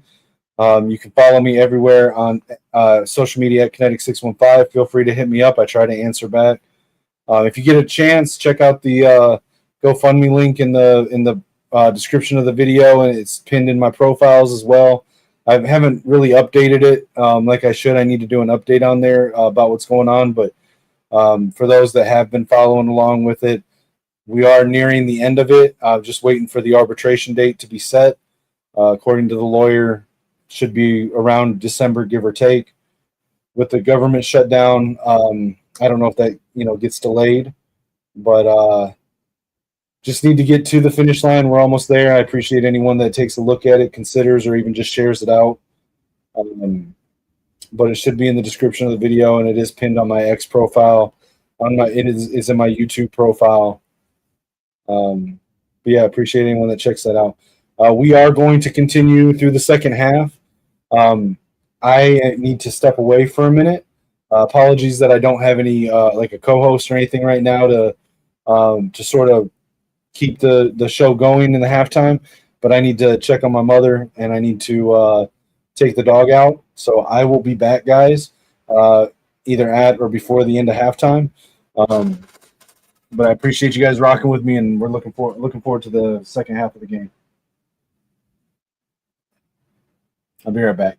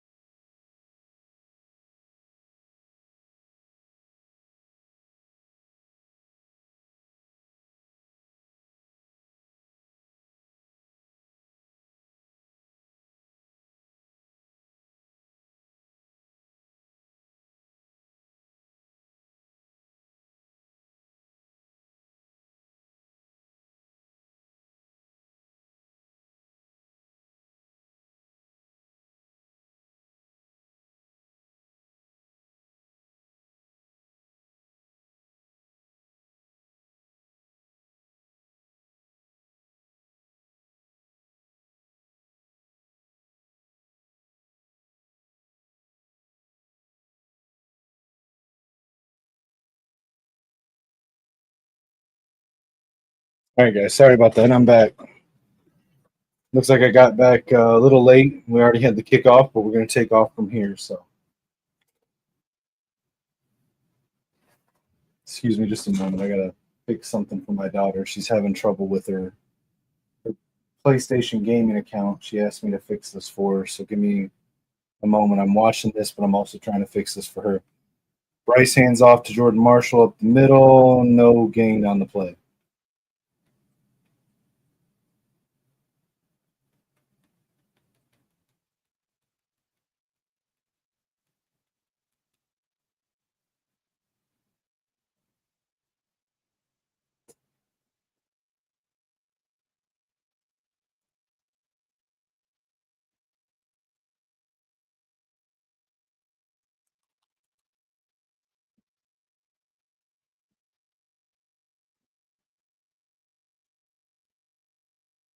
Nice quick throw there. What's the flag? Hogan Hansen. What's the flag, though?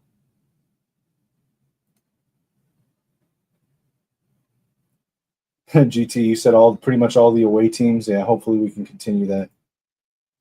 Uh-oh, Justice Haynes coming back out there. Looks like he's got his ribs taped up.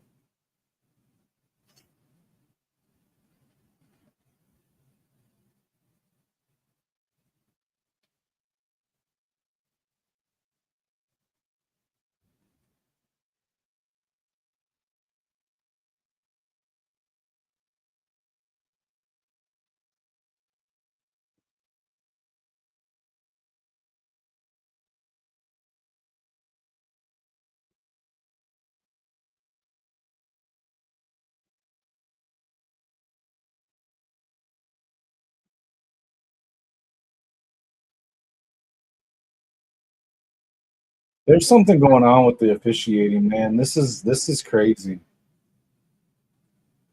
Even the announcers are like, "What the hell's going on?"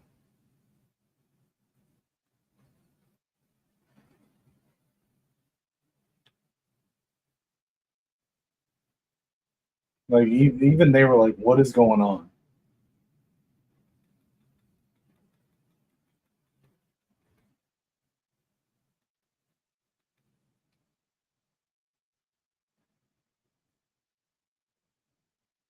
3rd and 17. This is nuts, dude. There's some mandate from the NCAA to the refs. There's no other way to explain it.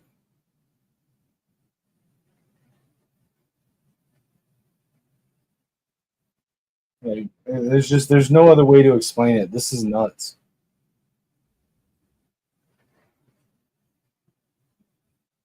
Yeah, it's absolutely ridiculous. Like there's no excuse for that.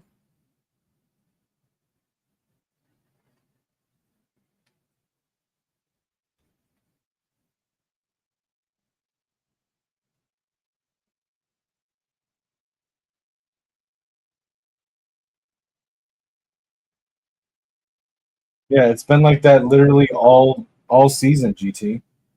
Like none of them are in our favor. They're all against us. There's I hate to be a conspiracy theorist on this because I think it's stupid. It shouldn't even be a thing, but there's something that I don't know, man. Like we've got the fewest calls against our for us all season. And you look at some of these calls, like the false start on Klein, the pass interference just now on Hansen, like it's insane.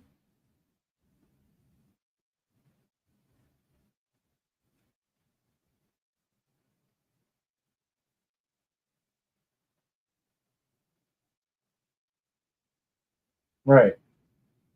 Like it's just it's crazy. Like there's something going on. I mean, it's like they're not even trying to hide it.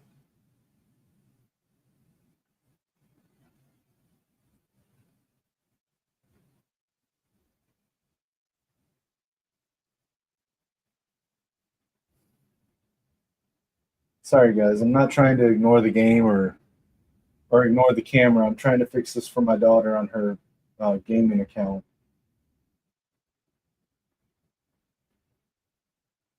when the little one calls, I gotta help her out. She might be 16, but she's still my baby. So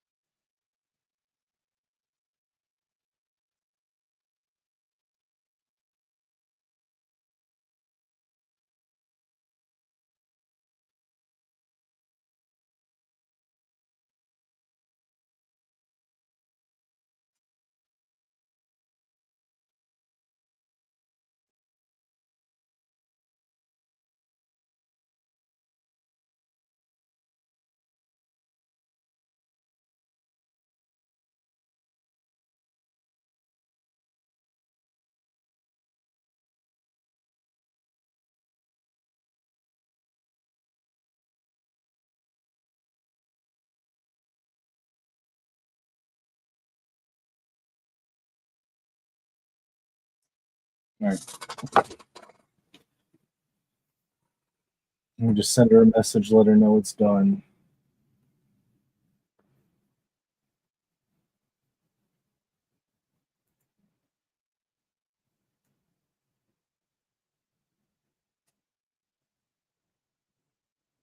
Incomplete. He was out of bounds.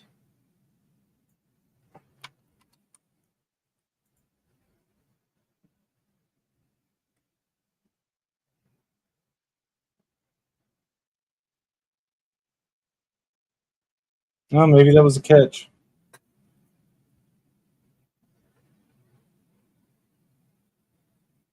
Maybe that was a catch.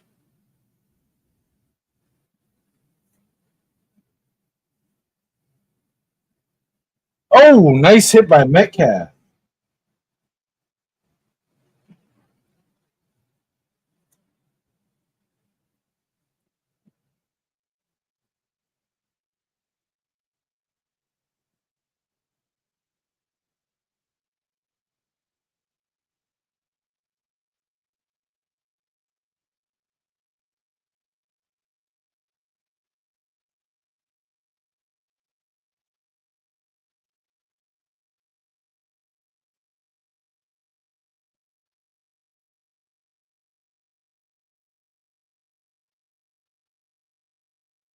Yeah, he just grabbed his ankle and tripped him up.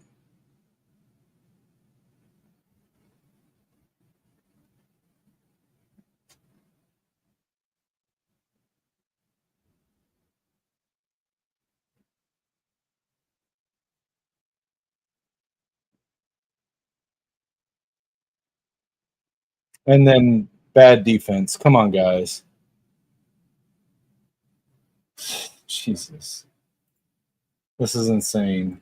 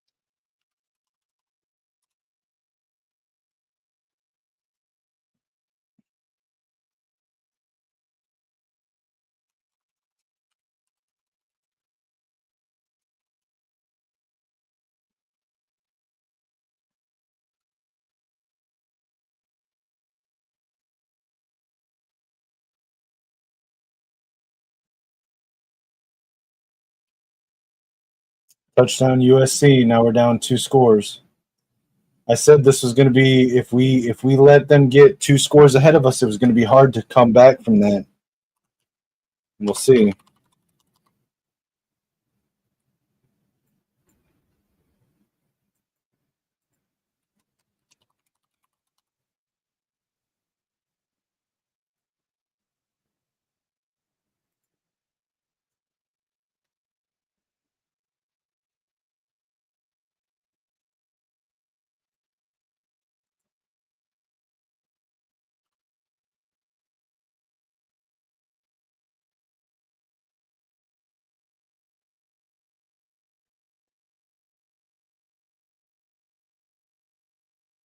21-7 USC.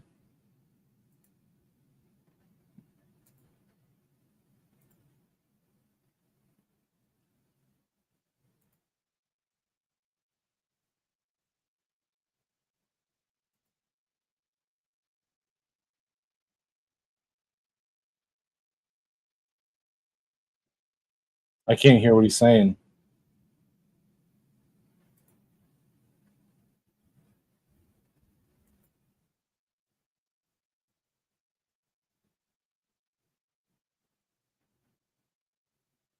Yeah, I don't know what to say about the defense. Like, this is just not acceptable. The tackling, the holes that, like, it's just not acceptable.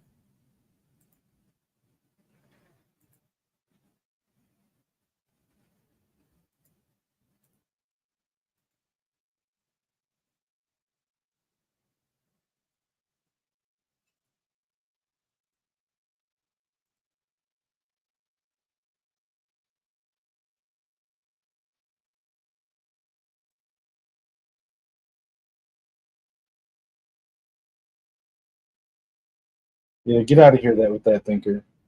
That's not cool.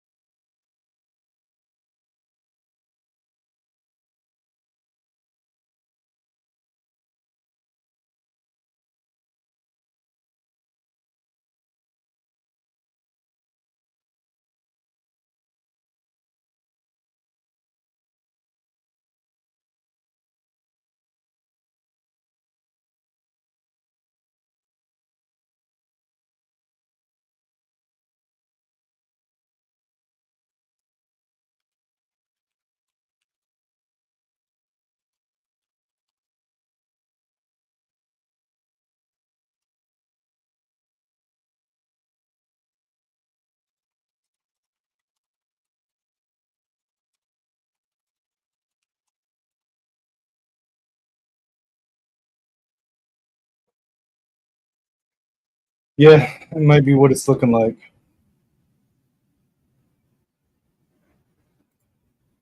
I mean, you can't play another Big Ten team and just leave holes like that and not and miss tackles. You can't do that.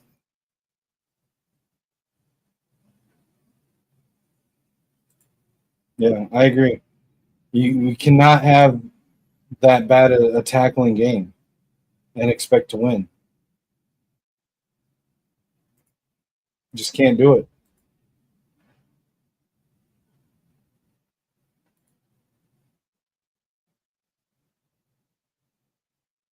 Just can't do it.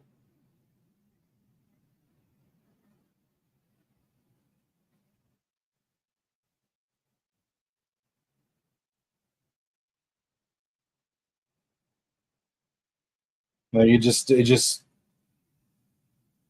I don't know. I'm a little upset about it right now. This is it's not acceptable defense. And I'm as big of a Wink Martindale supporter as you can find, but this is not acceptable.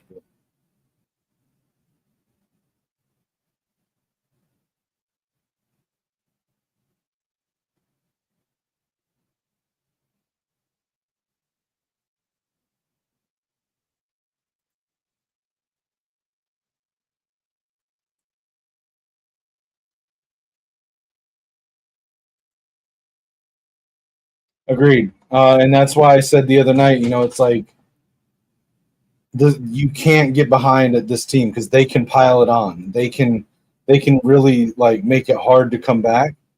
This is not an ideal situation for us. It's not a good run either. Didn't hit any gap.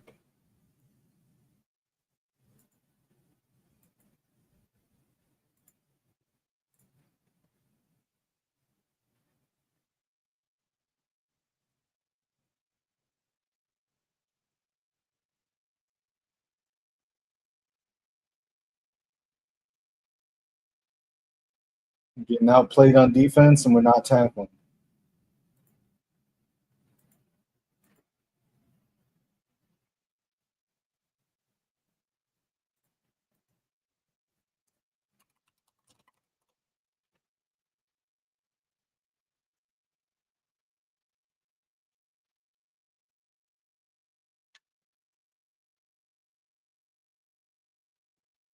And now Bryce is limping.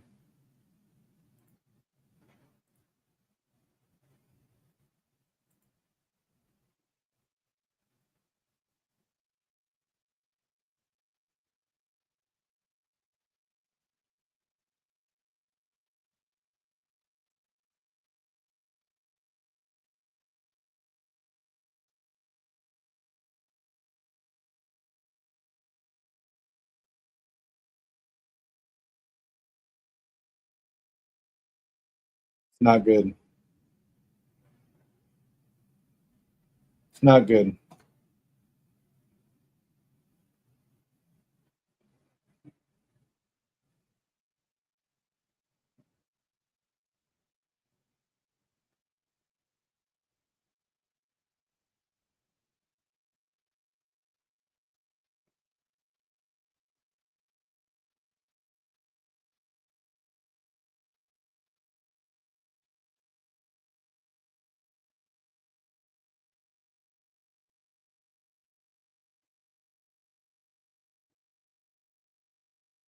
We got to get better on defense right now.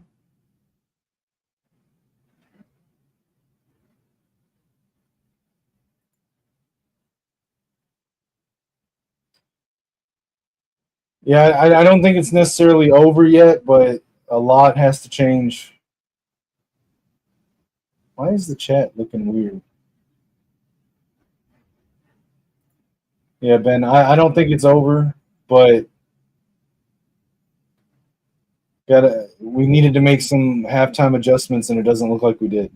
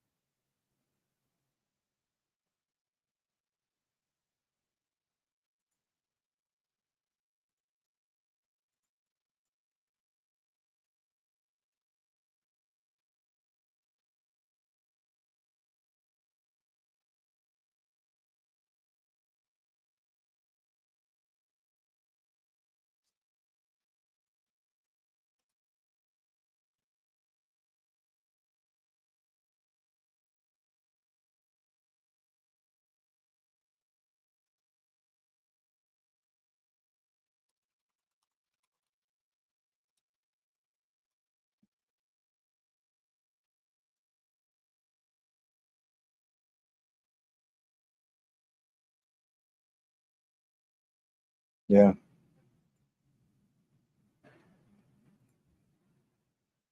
Yeah, I mean, he's the only real consistent one. He's the only real consistent one. I mean, Marsh is good, but he's young, and him and Bryce are both going to make freshman mistakes. McCulley has a specific skill set, but he's very limited. Samaj Morgan's inconsistent. And, I mean, the refs are just – there's something going on, man. Yeah, I mean, we needed to be willing to overpay for a top receiver to show proof of concept this last year. And the school just wasn't willing to, and that's a mistake. Yeah, that was a mistake. We've got to get a true number one receiver on the team.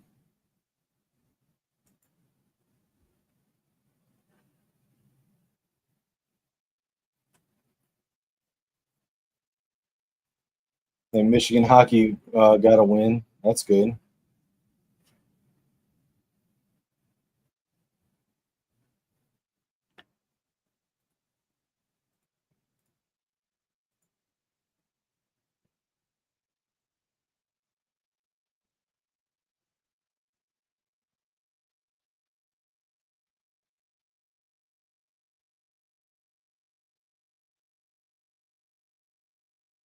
Giving up another big run like that, it's crazy. Yeah, our defense is just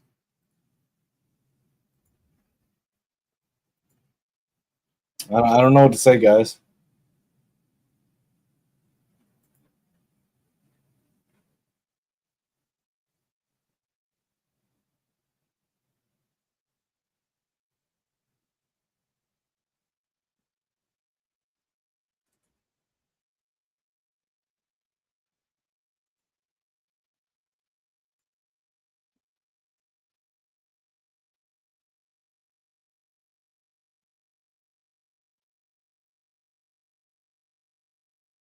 That's what it looks like. That's what it looks like. If our defense is not going to show up, like, what are we supposed to do?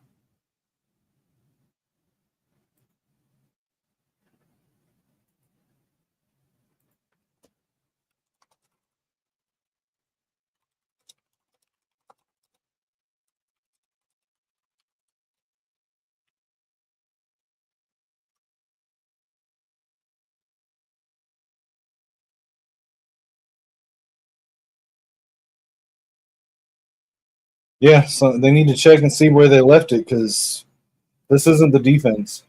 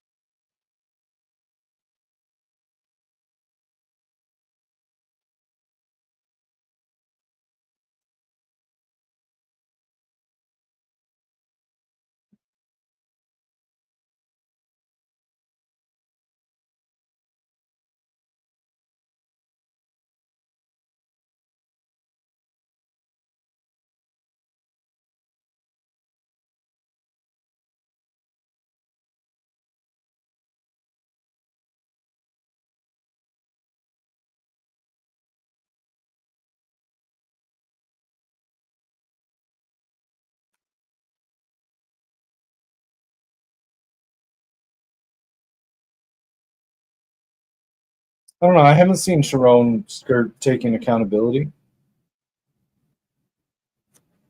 I mean, the poor tackling is 100% on the coaches. We have got to interception. Interception. There we go.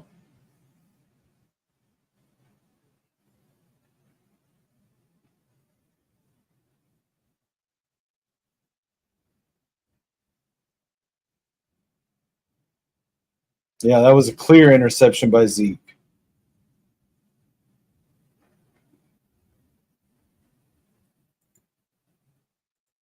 I mean, it's good, but we need people to step up and stop missing tackles.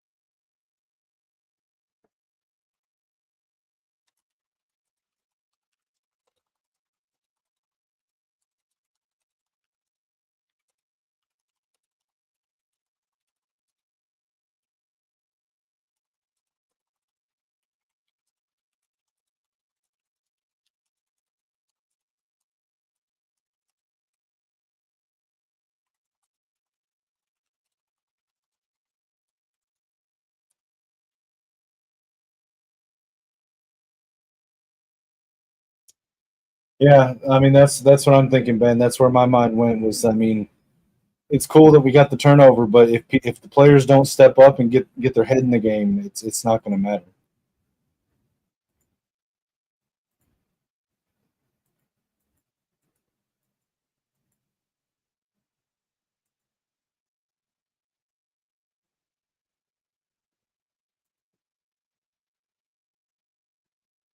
I do. I think Moore is the guy. Um, he's a hell of a recruiter. He's got a hell of a pedigree. From Bob Stoops to Bobby, or from Stoops to Bobby Petrino to Jim Harbaugh. Um, the players absolutely love and buy into him. I think he's just a second year head coach. And, he was the right hire at the time. But a lot of Michigan fans need to understand that just because we're Michigan doesn't mean that we somehow get to magically skip the first couple years of bumps and hills and valleys um, of a first time head coach. I would rather ride through the bumps and take the bruises of watching him become the great coach that I do think he will be here at Michigan than to run him off early and watch him go somewhere else and be great. I do think it's Sharon. I think him being a relatively young African American coach, I think it goes a long way with a lot of the players. Um, I think that us getting the NIL support that we have it is in a lot of ways is due to Sharon Moore. I think that he's the guy. I also think if we lose him, if we run him off, we lose Bryce. We lose a lot of the players. Hello, everybody. What's up, Lich Max? Watching this game. Been a odd one. Yeah, it's not so much going our way right now, but I mean, we at least Zeke Berry's showing some life. The tackling has been horrid. Yeah, I mean, that's something that I said we needed to shore up for this game. We need that tackling to be on point. We can't just be letting them get away from us. Yeah. Like I said, I do think that Sharon is the guy. I think that he's still a first-time head coach learning, and we've just got to deal with it the same way we've got to deal with a true freshman quarterback. He's going to have good games and bad games. He's going to have things that he's going to have to learn on the job as we go. Same thing with Sharon Moore, but I think he's going to be a great head coach, and I, for one, want to see him become that at Michigan. I will say, since Haynes was taken off the field, Marshall's been stepping up in a big way so far, and I think that's a really good thing to see. He has. He's not as explosive as I'd like to see him be, as we saw flashes of in the ReliaQuest Bowl game last year. But that was a nasty tackle on Andrew Marsh. That looked like was the horse collar. No, it wasn't a horse collar, but it was almost like hands to the face. But it was inadvertent. But yeah, I don't know. To sort of cap off that topic. That was a nice halfback draw. Okay, that was awesome. I like that play. Can we keep that in the playbook? That was awesome. Another nice run by Marshall. There we go. Yeah, he's really showing out in this game. Like he's I mean, listen, we always said it was 1A, 1B running back with Marshall and Haynes. I, for one, was on the Marshall train. I admitted earlier that I was wrong. Haynes is the better back, but Marshall's not a slouch. He's good. Yeah, no, I mean we haven't seen this Marshall all season, and it's good to finally see it in like this kind of an environment on the road, in the Coliseum against USC. Little RPO to Andrew Marsh. Gets held up on McCulley blocking for him. Got a yard maybe.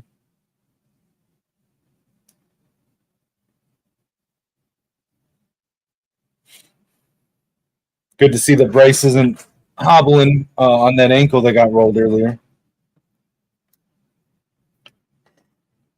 Did you I will say Bryce has been looking pretty good in this game, comparatively to like He the is. last couple games. Like this game, it looks like he definitely has been working on that passing to kind of There we slow the go. ball down a little Nice bit. pass to McCulley. No, I mean I'll say this like again, again, he's gonna have freshman moments like that pass that went into the dirt to Morgan earlier. Yeah, The pass that was somehow inaccurate to the running back in the backfield, but that's just part of having a true freshman quarterback. Just like I was saying with Sharon Moore, first time head coach, like there's going to be things like that. That little sidearm bullet, Jesus. Some of these throws, like it's a cannon, man. right. I mean, I'm surprised that I'm glad we got Marsh out there. Seems like he's definitely been working on his hands to be able to catch those bullets from Bryce. Yeah. I mean, he bobbled the one earlier, but was able to still haul it in and get like Right. a 6-yard gain. But I outside of that, it's been good. haven't really been watching. Has Morgan been out there at all? He has oh no, incomplete. Jeez. Damn. That would have been okay. So to my recollection, Morgan's been targeted twice. Morgan's been targeted twice. He caught one, was really nice. The other one was a little bit short. It was just a little bit. It basically was too low, and he wasn't able to catch it. And that one was on Bryce. So Morgan's actually played decently well in this game, but he hasn't gotten a whole bunch of targets. Right. I mean, I can imagine the coaches are probably afraid of Morgan not being able to hold the ball. Right. So I can understand that. Ooh, a boomerang. That was not a great call there. Yeah. That boomerang inside zone was probably not the right call there. GT, I don't know which one you're talking about. If you're talking about the one that was down by the end zone to Marsh, I don't think that was PI. An argument could have been made for it because there was contact before the catch. Yeah, but it was contact initiated and with both players trying to make a play on the ball. Yeah, no. And that's an why I interception. said an argument could be made for it. And that's an interception.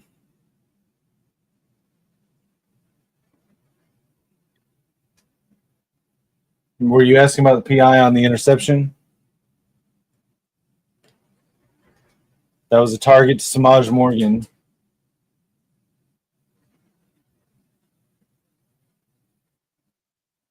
Okay, that may have been pass interference. Let's see if they call it. That actually may have been pass interference on McCulley. Like the flag should go to McCulley, or well, so the defender basically like was holding him. It was like defensive holding, okay. And it stopped him from being able to get to the point of the catch. Yeah, so let's see if they call it or not. It's an iffy call to get overturned, though. It's an iffy call to get overturned. That's a hard one to get overturned.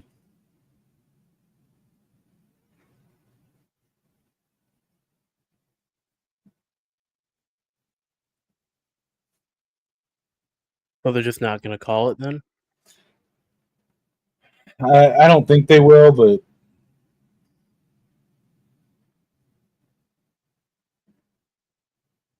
yeah, they're not going to call it.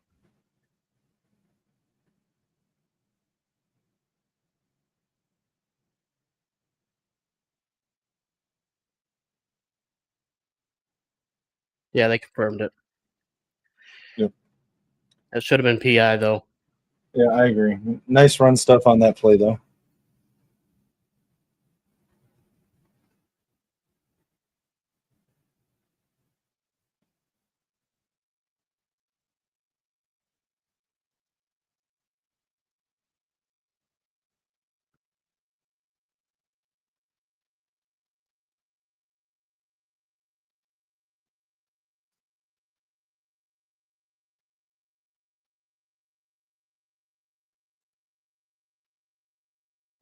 Did you see the score from that from the Red River game?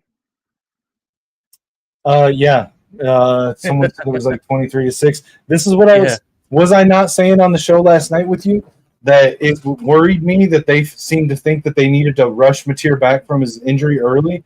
So that told me that either that both they didn't trust Hawkins from what they were seeing in practice, and that they Right. were going to put Mateer out there before he was ready to come back. Did I not say that last night? Yeah, I mean, I agreed with you on that. I mean, I thought from what I've seen from Hawkins that he was doing all right, but apparently, uh, practice told a different story. Yeah, I was hesitant to. I was hesitant this morning on the AM scramble with Lucian and Mike to pick Texas to win just because I didn't trust Texas either. But I was Right. really shaky on Oklahoma with that because it didn't seem right. Like Mateer, when Mateer got injured, they said it was going to be 3 weeks before he could come back, and then out of nowhere, that's like they're trying to rush him back for this game, and that didn't sit right with me. You're either going to have a John Mateer who was not ready to come back, or Michael Hawkins, who apparently you don't trust. Otherwise, Right. you wouldn't be trying to rush Mateer back. So that really changed my confidence in Oklahoma, and so I kind of saw it coming, but I wasn't bold enough to pick Texas to win just because I hadn't seen it from Texas this year either. But Yeah, I didn't know if I wanted to like I thought Texas had a good chance of winning, but I didn't want to like fully commit to giving Texas the edge just because of the fact that they just really haven't been doing great this year. So it was a hard game to say that like to say for sure one way or the other because if you I mean it could have gone either way realistically. But I mean looking at the game now, I mean it was a pretty decisive victory over Oklahoma. So it's kind of hard for Oklahoma to kind of say it was an ill-gotten victory because Mateer was out because I think they ended up playing Mateer.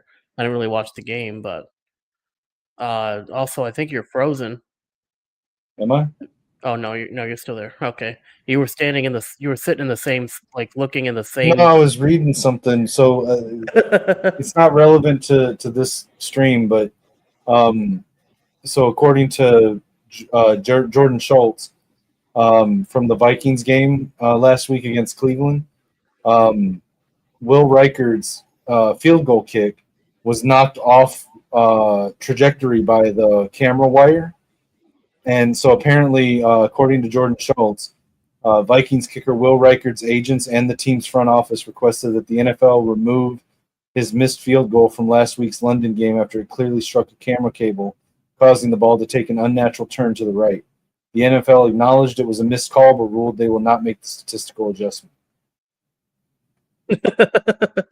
Well, that's kind of gay. Like, you're going to admit that it was wrong, but not change it? Like, what? I mean, to be fair, then they'd have to add on those 3 points, and I don't know what that would have done for the game. Well, no, but it wouldn't have done anything as far as the game because we still won the game. But for his stats, it shouldn't be a missed field goal. It's crazy. Right, but I mean, all the stat English, all the statistical guys are gonna ignore that call anyway. It's not gonna hold any weight on Well, his. but it does because that's why the process for appealing that is there because for some things stats do matter. Well, yeah, And I it agree. should not be counted as a missed field goal on Will Reichard's stats. Anyway, it doesn't matter. We're watching the USC game. There's another big screen pass to Makai Lemon. Makai, listen, I know I'm supposed to hate USC right now because we're playing them, Mekhi Lemon's my favorite wide receiver in the country. If I could have one wish, is we somehow get him to stay in college football and bring him into the portal for Bryce. I know it's not going to happen. I'm just saying, like, that would be my one wish. I think Mekhi Lemon is an extremely electric wide receiver. I think that we should bring him over to Michigan for sure. If we can get him to stay in the in college. If I not, mean, then I I think hope he's the going Lions to. pick him up. I think he's going to the league unless he gets a bad assessment by the committee at the end of the season. I think he's going to go to the league, though. Yeah, I mean, if he does go to the league, I hope the Lions pick him up. I don't think they need him. They've got Amon Ra and they've got Jamo and Tesla. I don't think they're We need a wide to receiver. we need to start toning down the some of these contracts coming Yeah, into the but next couple seasons. Jamo and Amon Ra are already paid. Tesla's on a rookie deal. Exactly. So we need all the best players to be on the Lions team is what we need. Like if they're a good player, they need to be on the Lions.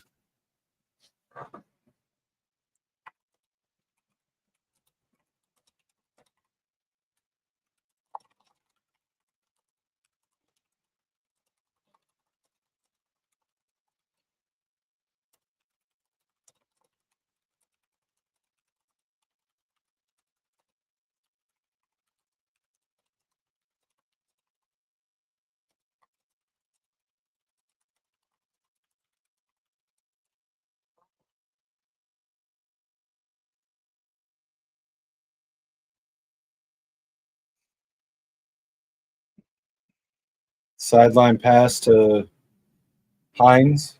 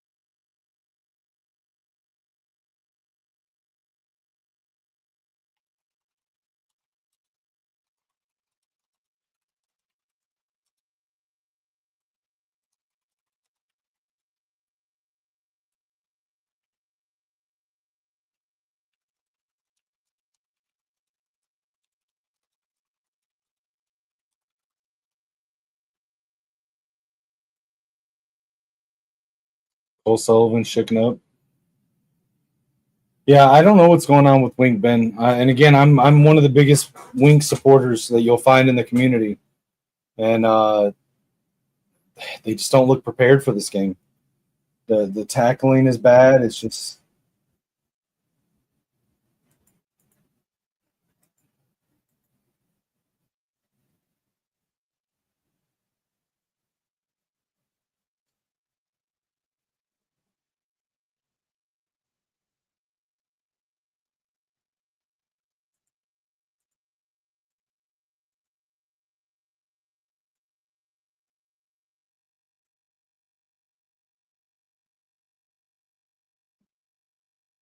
yeah. I don't know what's going on with the defense. The tackling has just been absolutely like just bad, just flat out bad.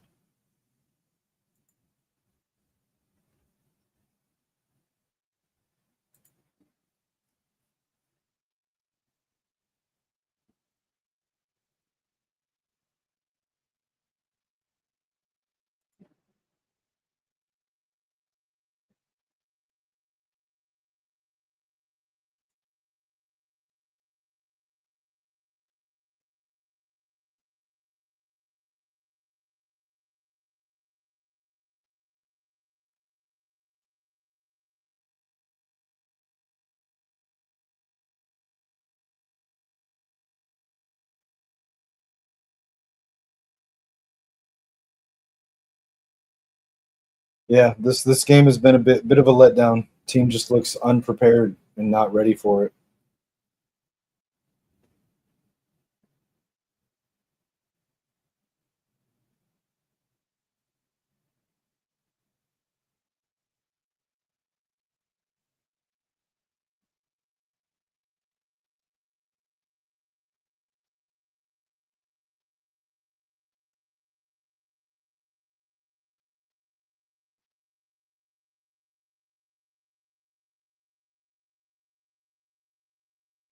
Yeah, hopefully we can see the defense put it together. But I'm losing hope as we go on.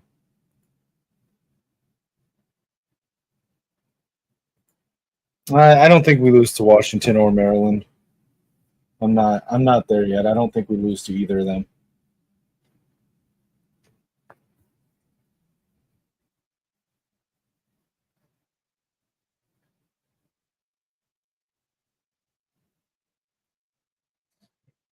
And I mean, it's always possible to lose to Ohio State, and with any rivalry game, it's always possible.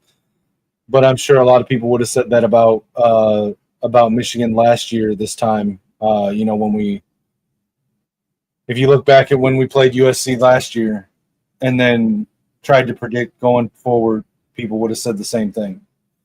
So I'm not there yet. That was a drop pass by USC.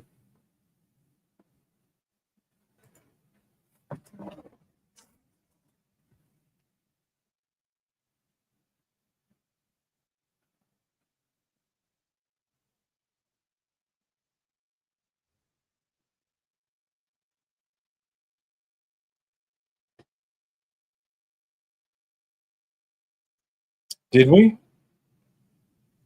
You might be ahead of me. I haven't seen one.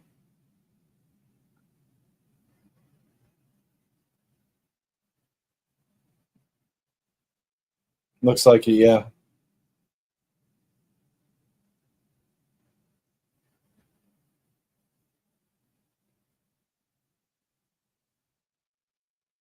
Is that the first time we've got a holding call all season? Yes.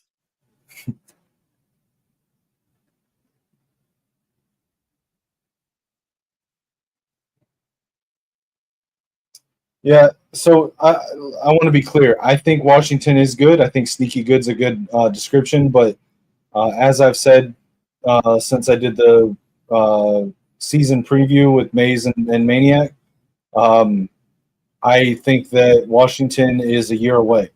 I think next year they're going to be very good. I really like Damon Williams. I like a lot of their players. I just don't think this is their year. I don't think they're quite there yet.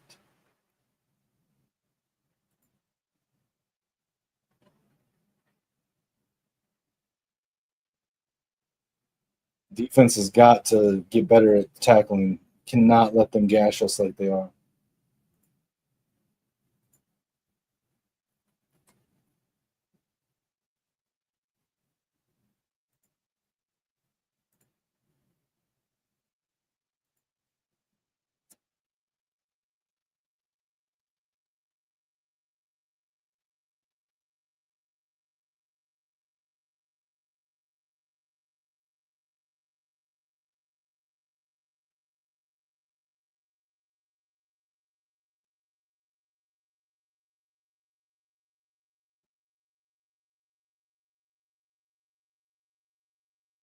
Yeah, that might be game. I mean, they're up by more than 2 touchdowns, so we'll see.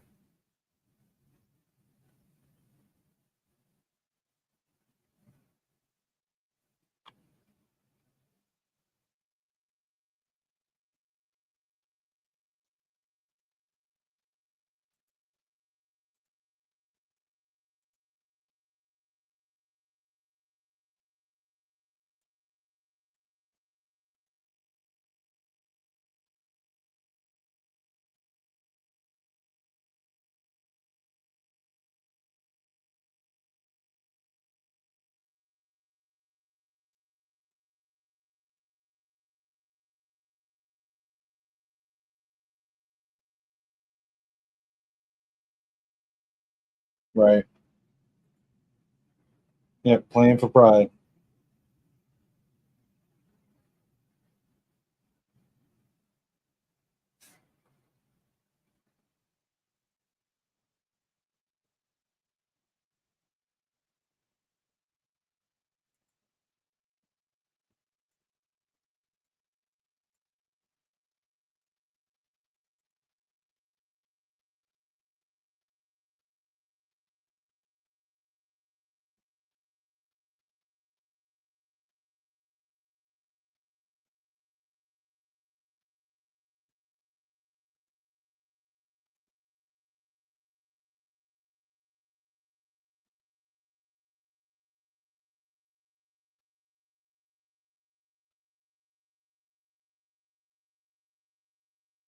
I still don't. The people on Twitter that are pushing to fire Sharon and hire Signetti is insane to me. I don't think that we should hire Signetti. Me either. I don't. I don't. I don't think so.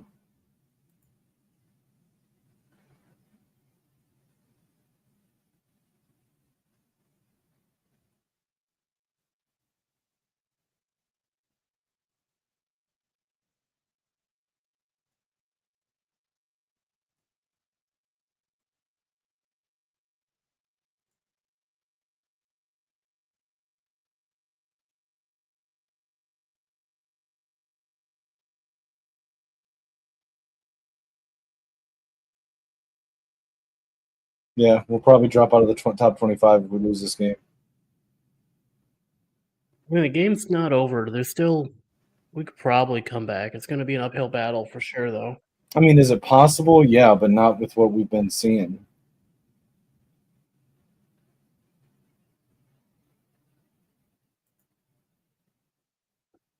Right. Yeah, I don't like Signetti. I don't think he's the right guy for Michigan. I think Sharon's going to be fine. Again, people are. It's like you're people, not you. It's like people are expecting Sharon Moore to come in with a bear cupboard that was left to him, and sprinkle some magic pixie dust, not have growing pains as a first time head coach, go in there with the true freshman quarterback with a not a lot at wide receiver to really offer, a very young team, and they expect a national championship or something. Like it's crazy to me. Like the guy hasn't even been there for 2 seasons, and people are just impatient and crazy, dude.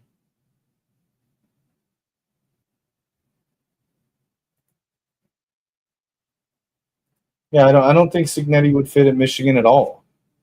I think Sharon is the guy.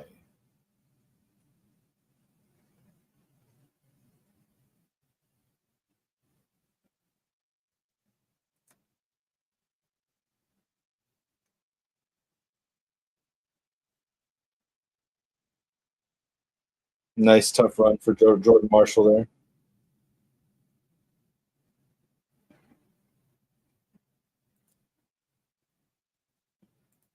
I don't think it's going to affect the recruits. I don't think that it's going to affect the recruits. The recruits see the deficiencies in the team, and they all think that they can be the solution, and they can. It just takes time. Like you look at what Sharon was left, and he's basically rebuilding the program from the ground up. There we go, Andrew Marsh. There we go. That's what we needed. But you look at what he was left, and he's building from the ground up with Bryce, with Marsh, with guys like that. It's not an overnight thing. It's not a one season turnaround. It takes time, and like people just need to have patience.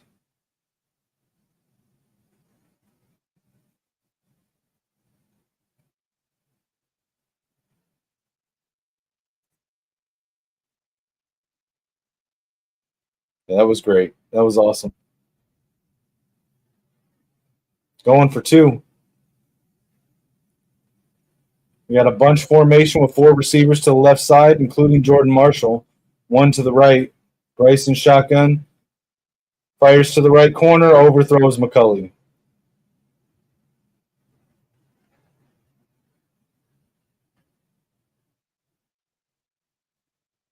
Yeah, I mean, there's positives with this team. You've got to see what Sharon's building, and I mean, look at the recruiting he's done. He's got the guys coming in. It's not an overnight fix. It takes two to 3 seasons to really see that turnaround. I mean, go back and look at our recruiting class for 2024. Okay, look at the recruiting classes before that. Sharon's guys, you're seeing some of them with Bryce, with Marsh, with Nate Marshall, with the cornerbacks, cornerback Sanders, Shamari Earls. You're seeing some of them flash, but realistically, they need a year in the system minimum to be like consistent top tier contributors.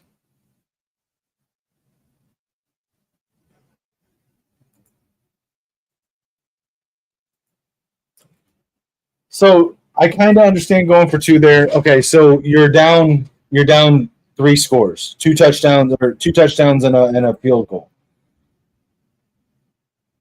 If you're down, the theory is if you're down by 2 touchdowns, you go for 2 and if you're making a comeback on both touchdowns, you go for 2 because statistically you usually sit around 60% on 2-point conversions. So if you miss one and get the other, it's the same as kicking 2 extra points. And if you get both, then you cut it down so that once you get within that field goal, you can win with a field goal instead of tie with a field goal. So that's the sort of logic to it. Because like I said, in most cases, the worst case scenario is you whiff on both 2-point conversions. But the odds are that you'll either get both or you'll get one of the 2. And it's no different than kicking 2 extra points.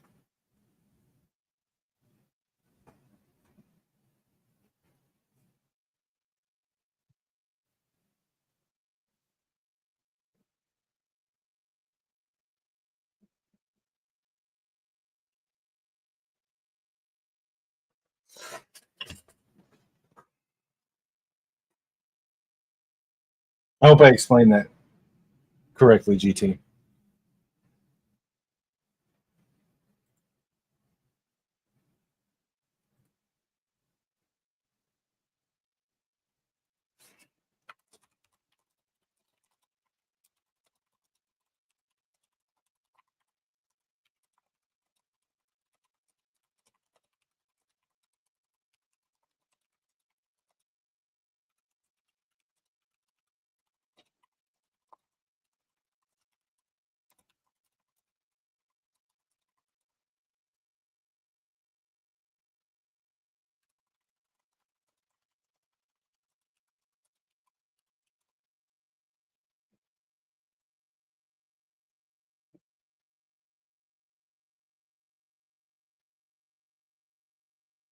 Yeah, I mean that was a good play call for the 2-point conversion too. It's just freshman mistakes. That's just going to come with reps and experience.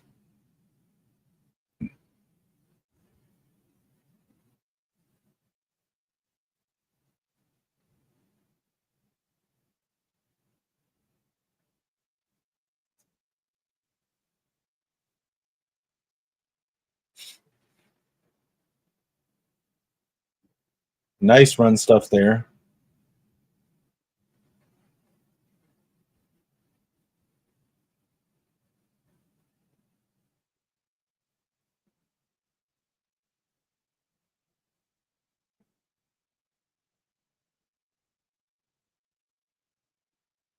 Great play by Rayshon Benny there. Yeah, 100%. A lot of the mistakes that we've seen him make today have just been slight inaccuracies on his throws. That's going to come with experience. He's going to be just fine. Incomplete pass there from Mayava to Lane.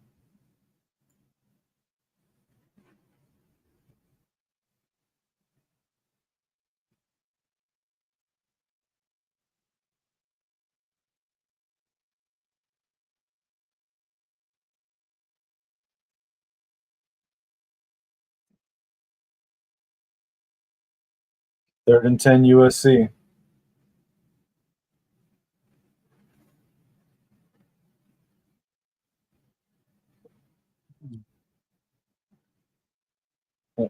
Oh! Oh, they're saying he was down.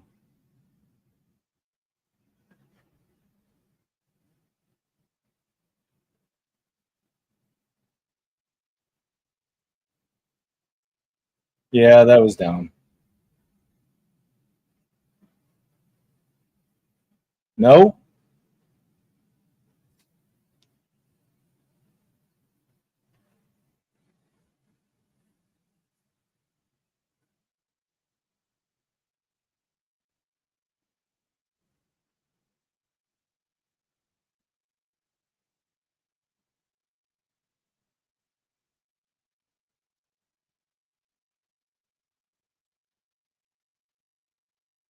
I don't know if they say that because there's an argument that TJ Metcalf had a hand on it too, and was they were fighting for control. I don't know what it. We'll see. You guys are ahead of me, so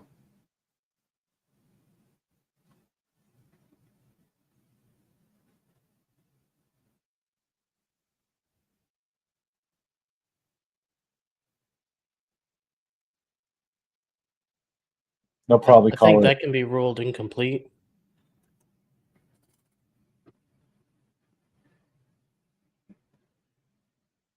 So the thing is he had if he had control when he went down, but Metcalf had a hand on it, so I don't know. They're probably going to uphold it though.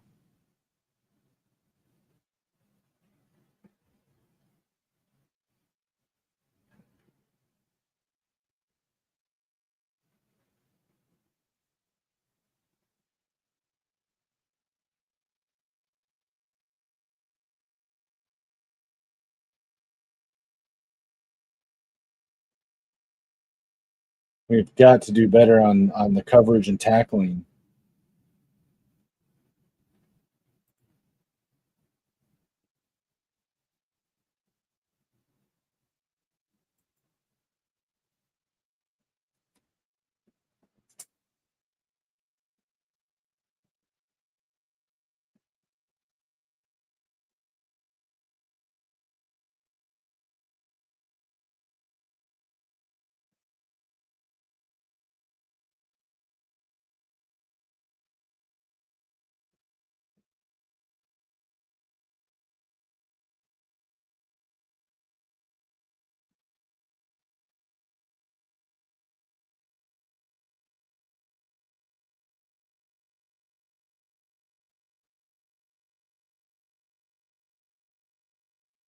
Yeah, I don't disagree, but some of that's on Wink, but some of it's on the players just missing tackles, man. Like they're not keeping leverage.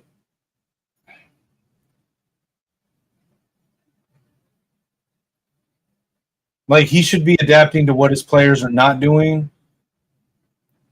with his play calling, but at the same time, like the players need to make the tackles.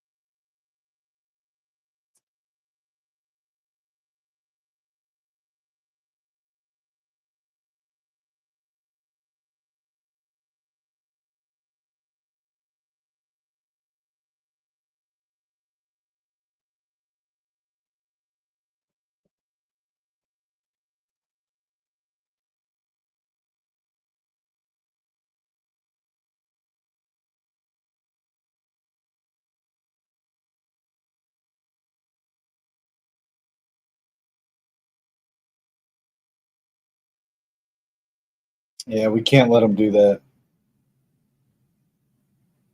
Can't let them keep getting first downs like that.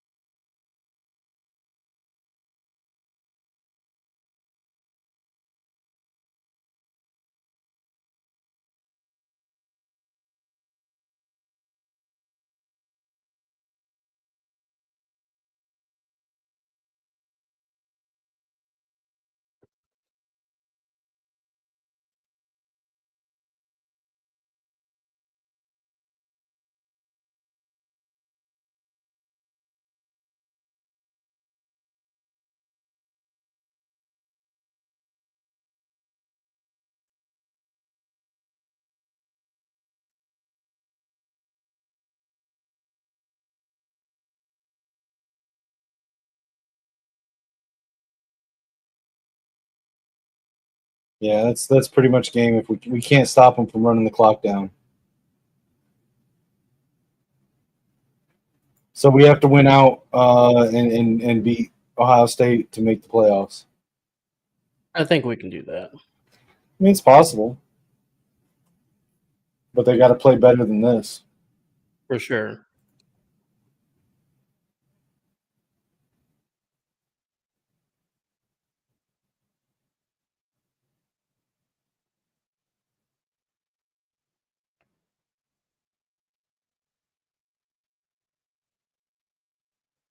We can't keep letting them run on us like that.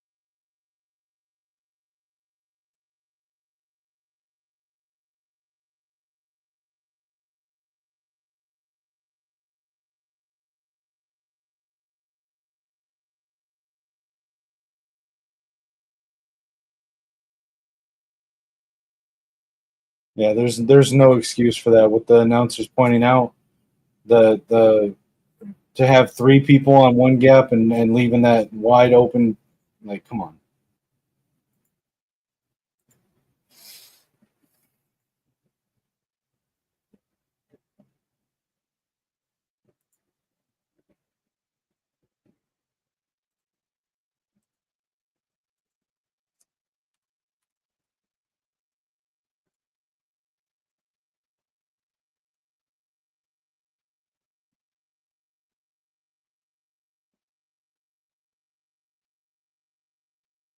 Yeah, that was crazy.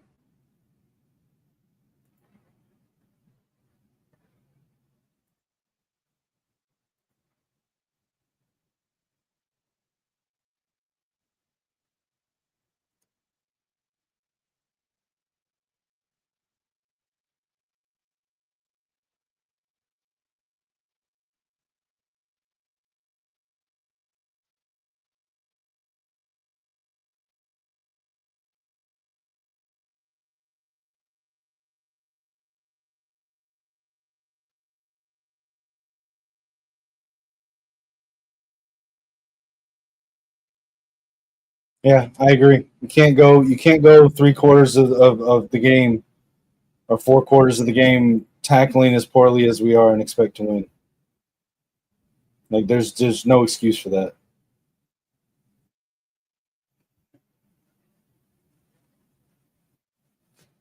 No excuse for that.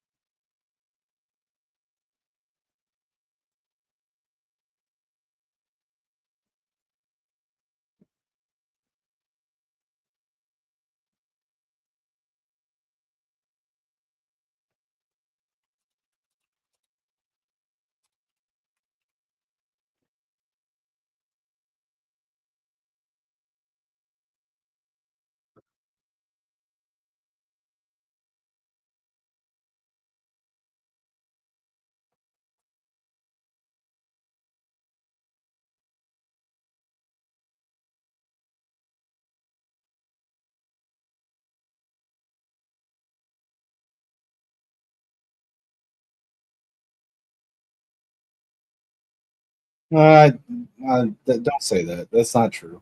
They will be. Again, building from the ground up. Again, Sharon is building from the ground up. He had to completely restock and change the culture to a point while still maintaining the holdover culture from Jim. You got to have patience. It doesn't happen overnight. It was a really bare cover that he was left with for 2024 that was propped up by a bunch of first round picks. All right, Trey, take it easy, man. Appreciate you coming in and sticking with us throughout the game. Appreciate that, man. Thank you.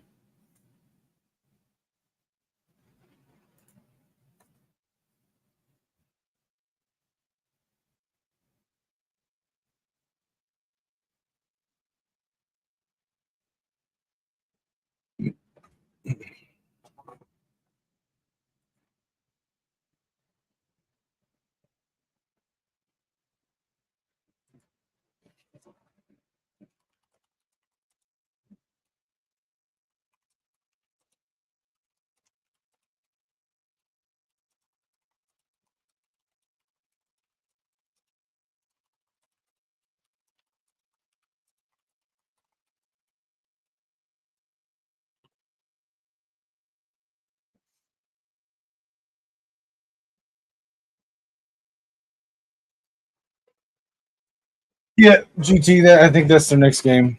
Yeah, um, I hope so too. Yeah, I'd really want to see USC completely demolish Notre Dame. That would be just a capstone of the season. Yeah, I mean, nearly. I'm pretty sure nearly every team in the Big Ten is going to take a lot. Have taken a loss by this point. Um, Nice run by Marshall. That was a little pitch there. Um, Ben, so I know he had his ankle rolled up earlier. One of the defensemen on USC landed on his ankle.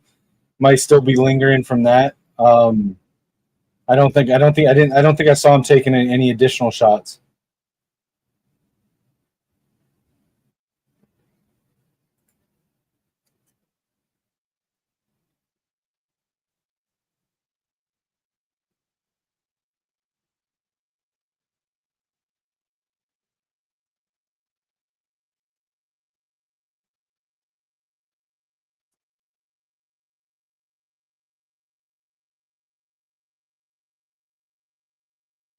That's game.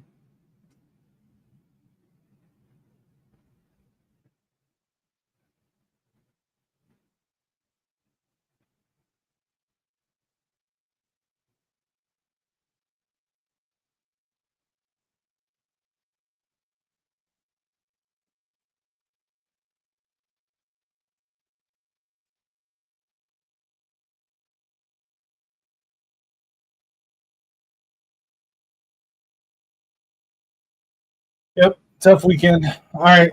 So that's game, guys. Again, appreciate everyone that came out and stuck with us. A bunch of you stayed with us through the entire game.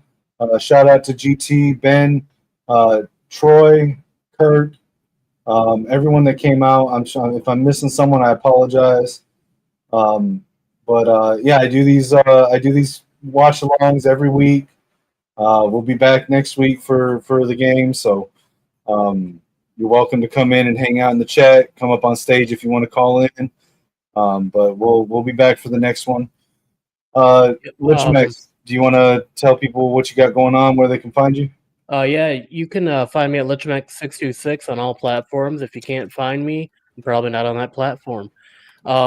You can also find me right here on the Gamers Sideline every Friday at between 7 and 7:30. We do Football Fridays where we talk all things football and gaming related. You can also find me on Mondays over at the Maze Madman channel where I produce Maze Out Mondays. I also host the Lich Pick segment of the Maze Out Mondays, so make sure you tune in to check that out.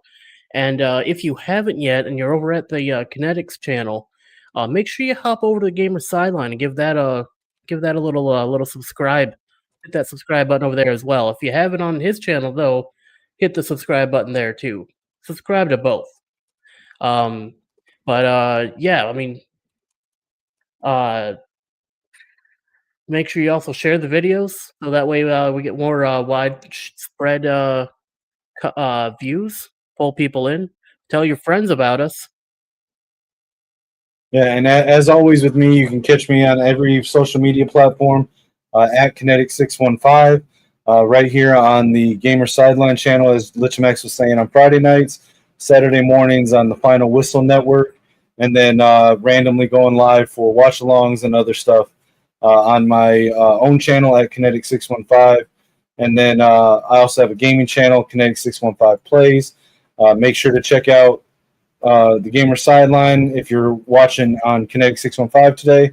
Like, share, subscribe. And again, if you have a moment, please take a look at the GoFundMe link in the description of the video.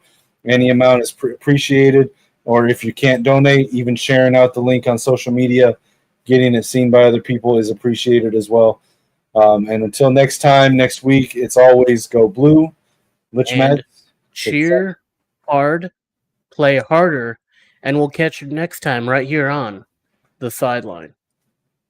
From joystick dreams to Friday night lights, it's controllers and cleats under podcast mics with Lichmex dropping deep like he's throwing a bomb, and Kinetic calling audible, staying calm in the storm. From the field to the sticks, yeah, we bring the heat. With Kinetic and Lichmex, never miss a beat. When the final whistle blows or the credits roll, we're signing off strong, that's how gamers take control. Catch us on the sideline, where legends chill, where the playbooks flip and the passion's real. If you heard the takes, then you know the drill. Till next time, fam, keep it clutch, keep it skill. From the field to the sticks, yeah, we bring the heat. With Kinetic and Lichmex, never miss a beat. When the headset's off and the lights go low, we'll be back next game, y'all already know. We out.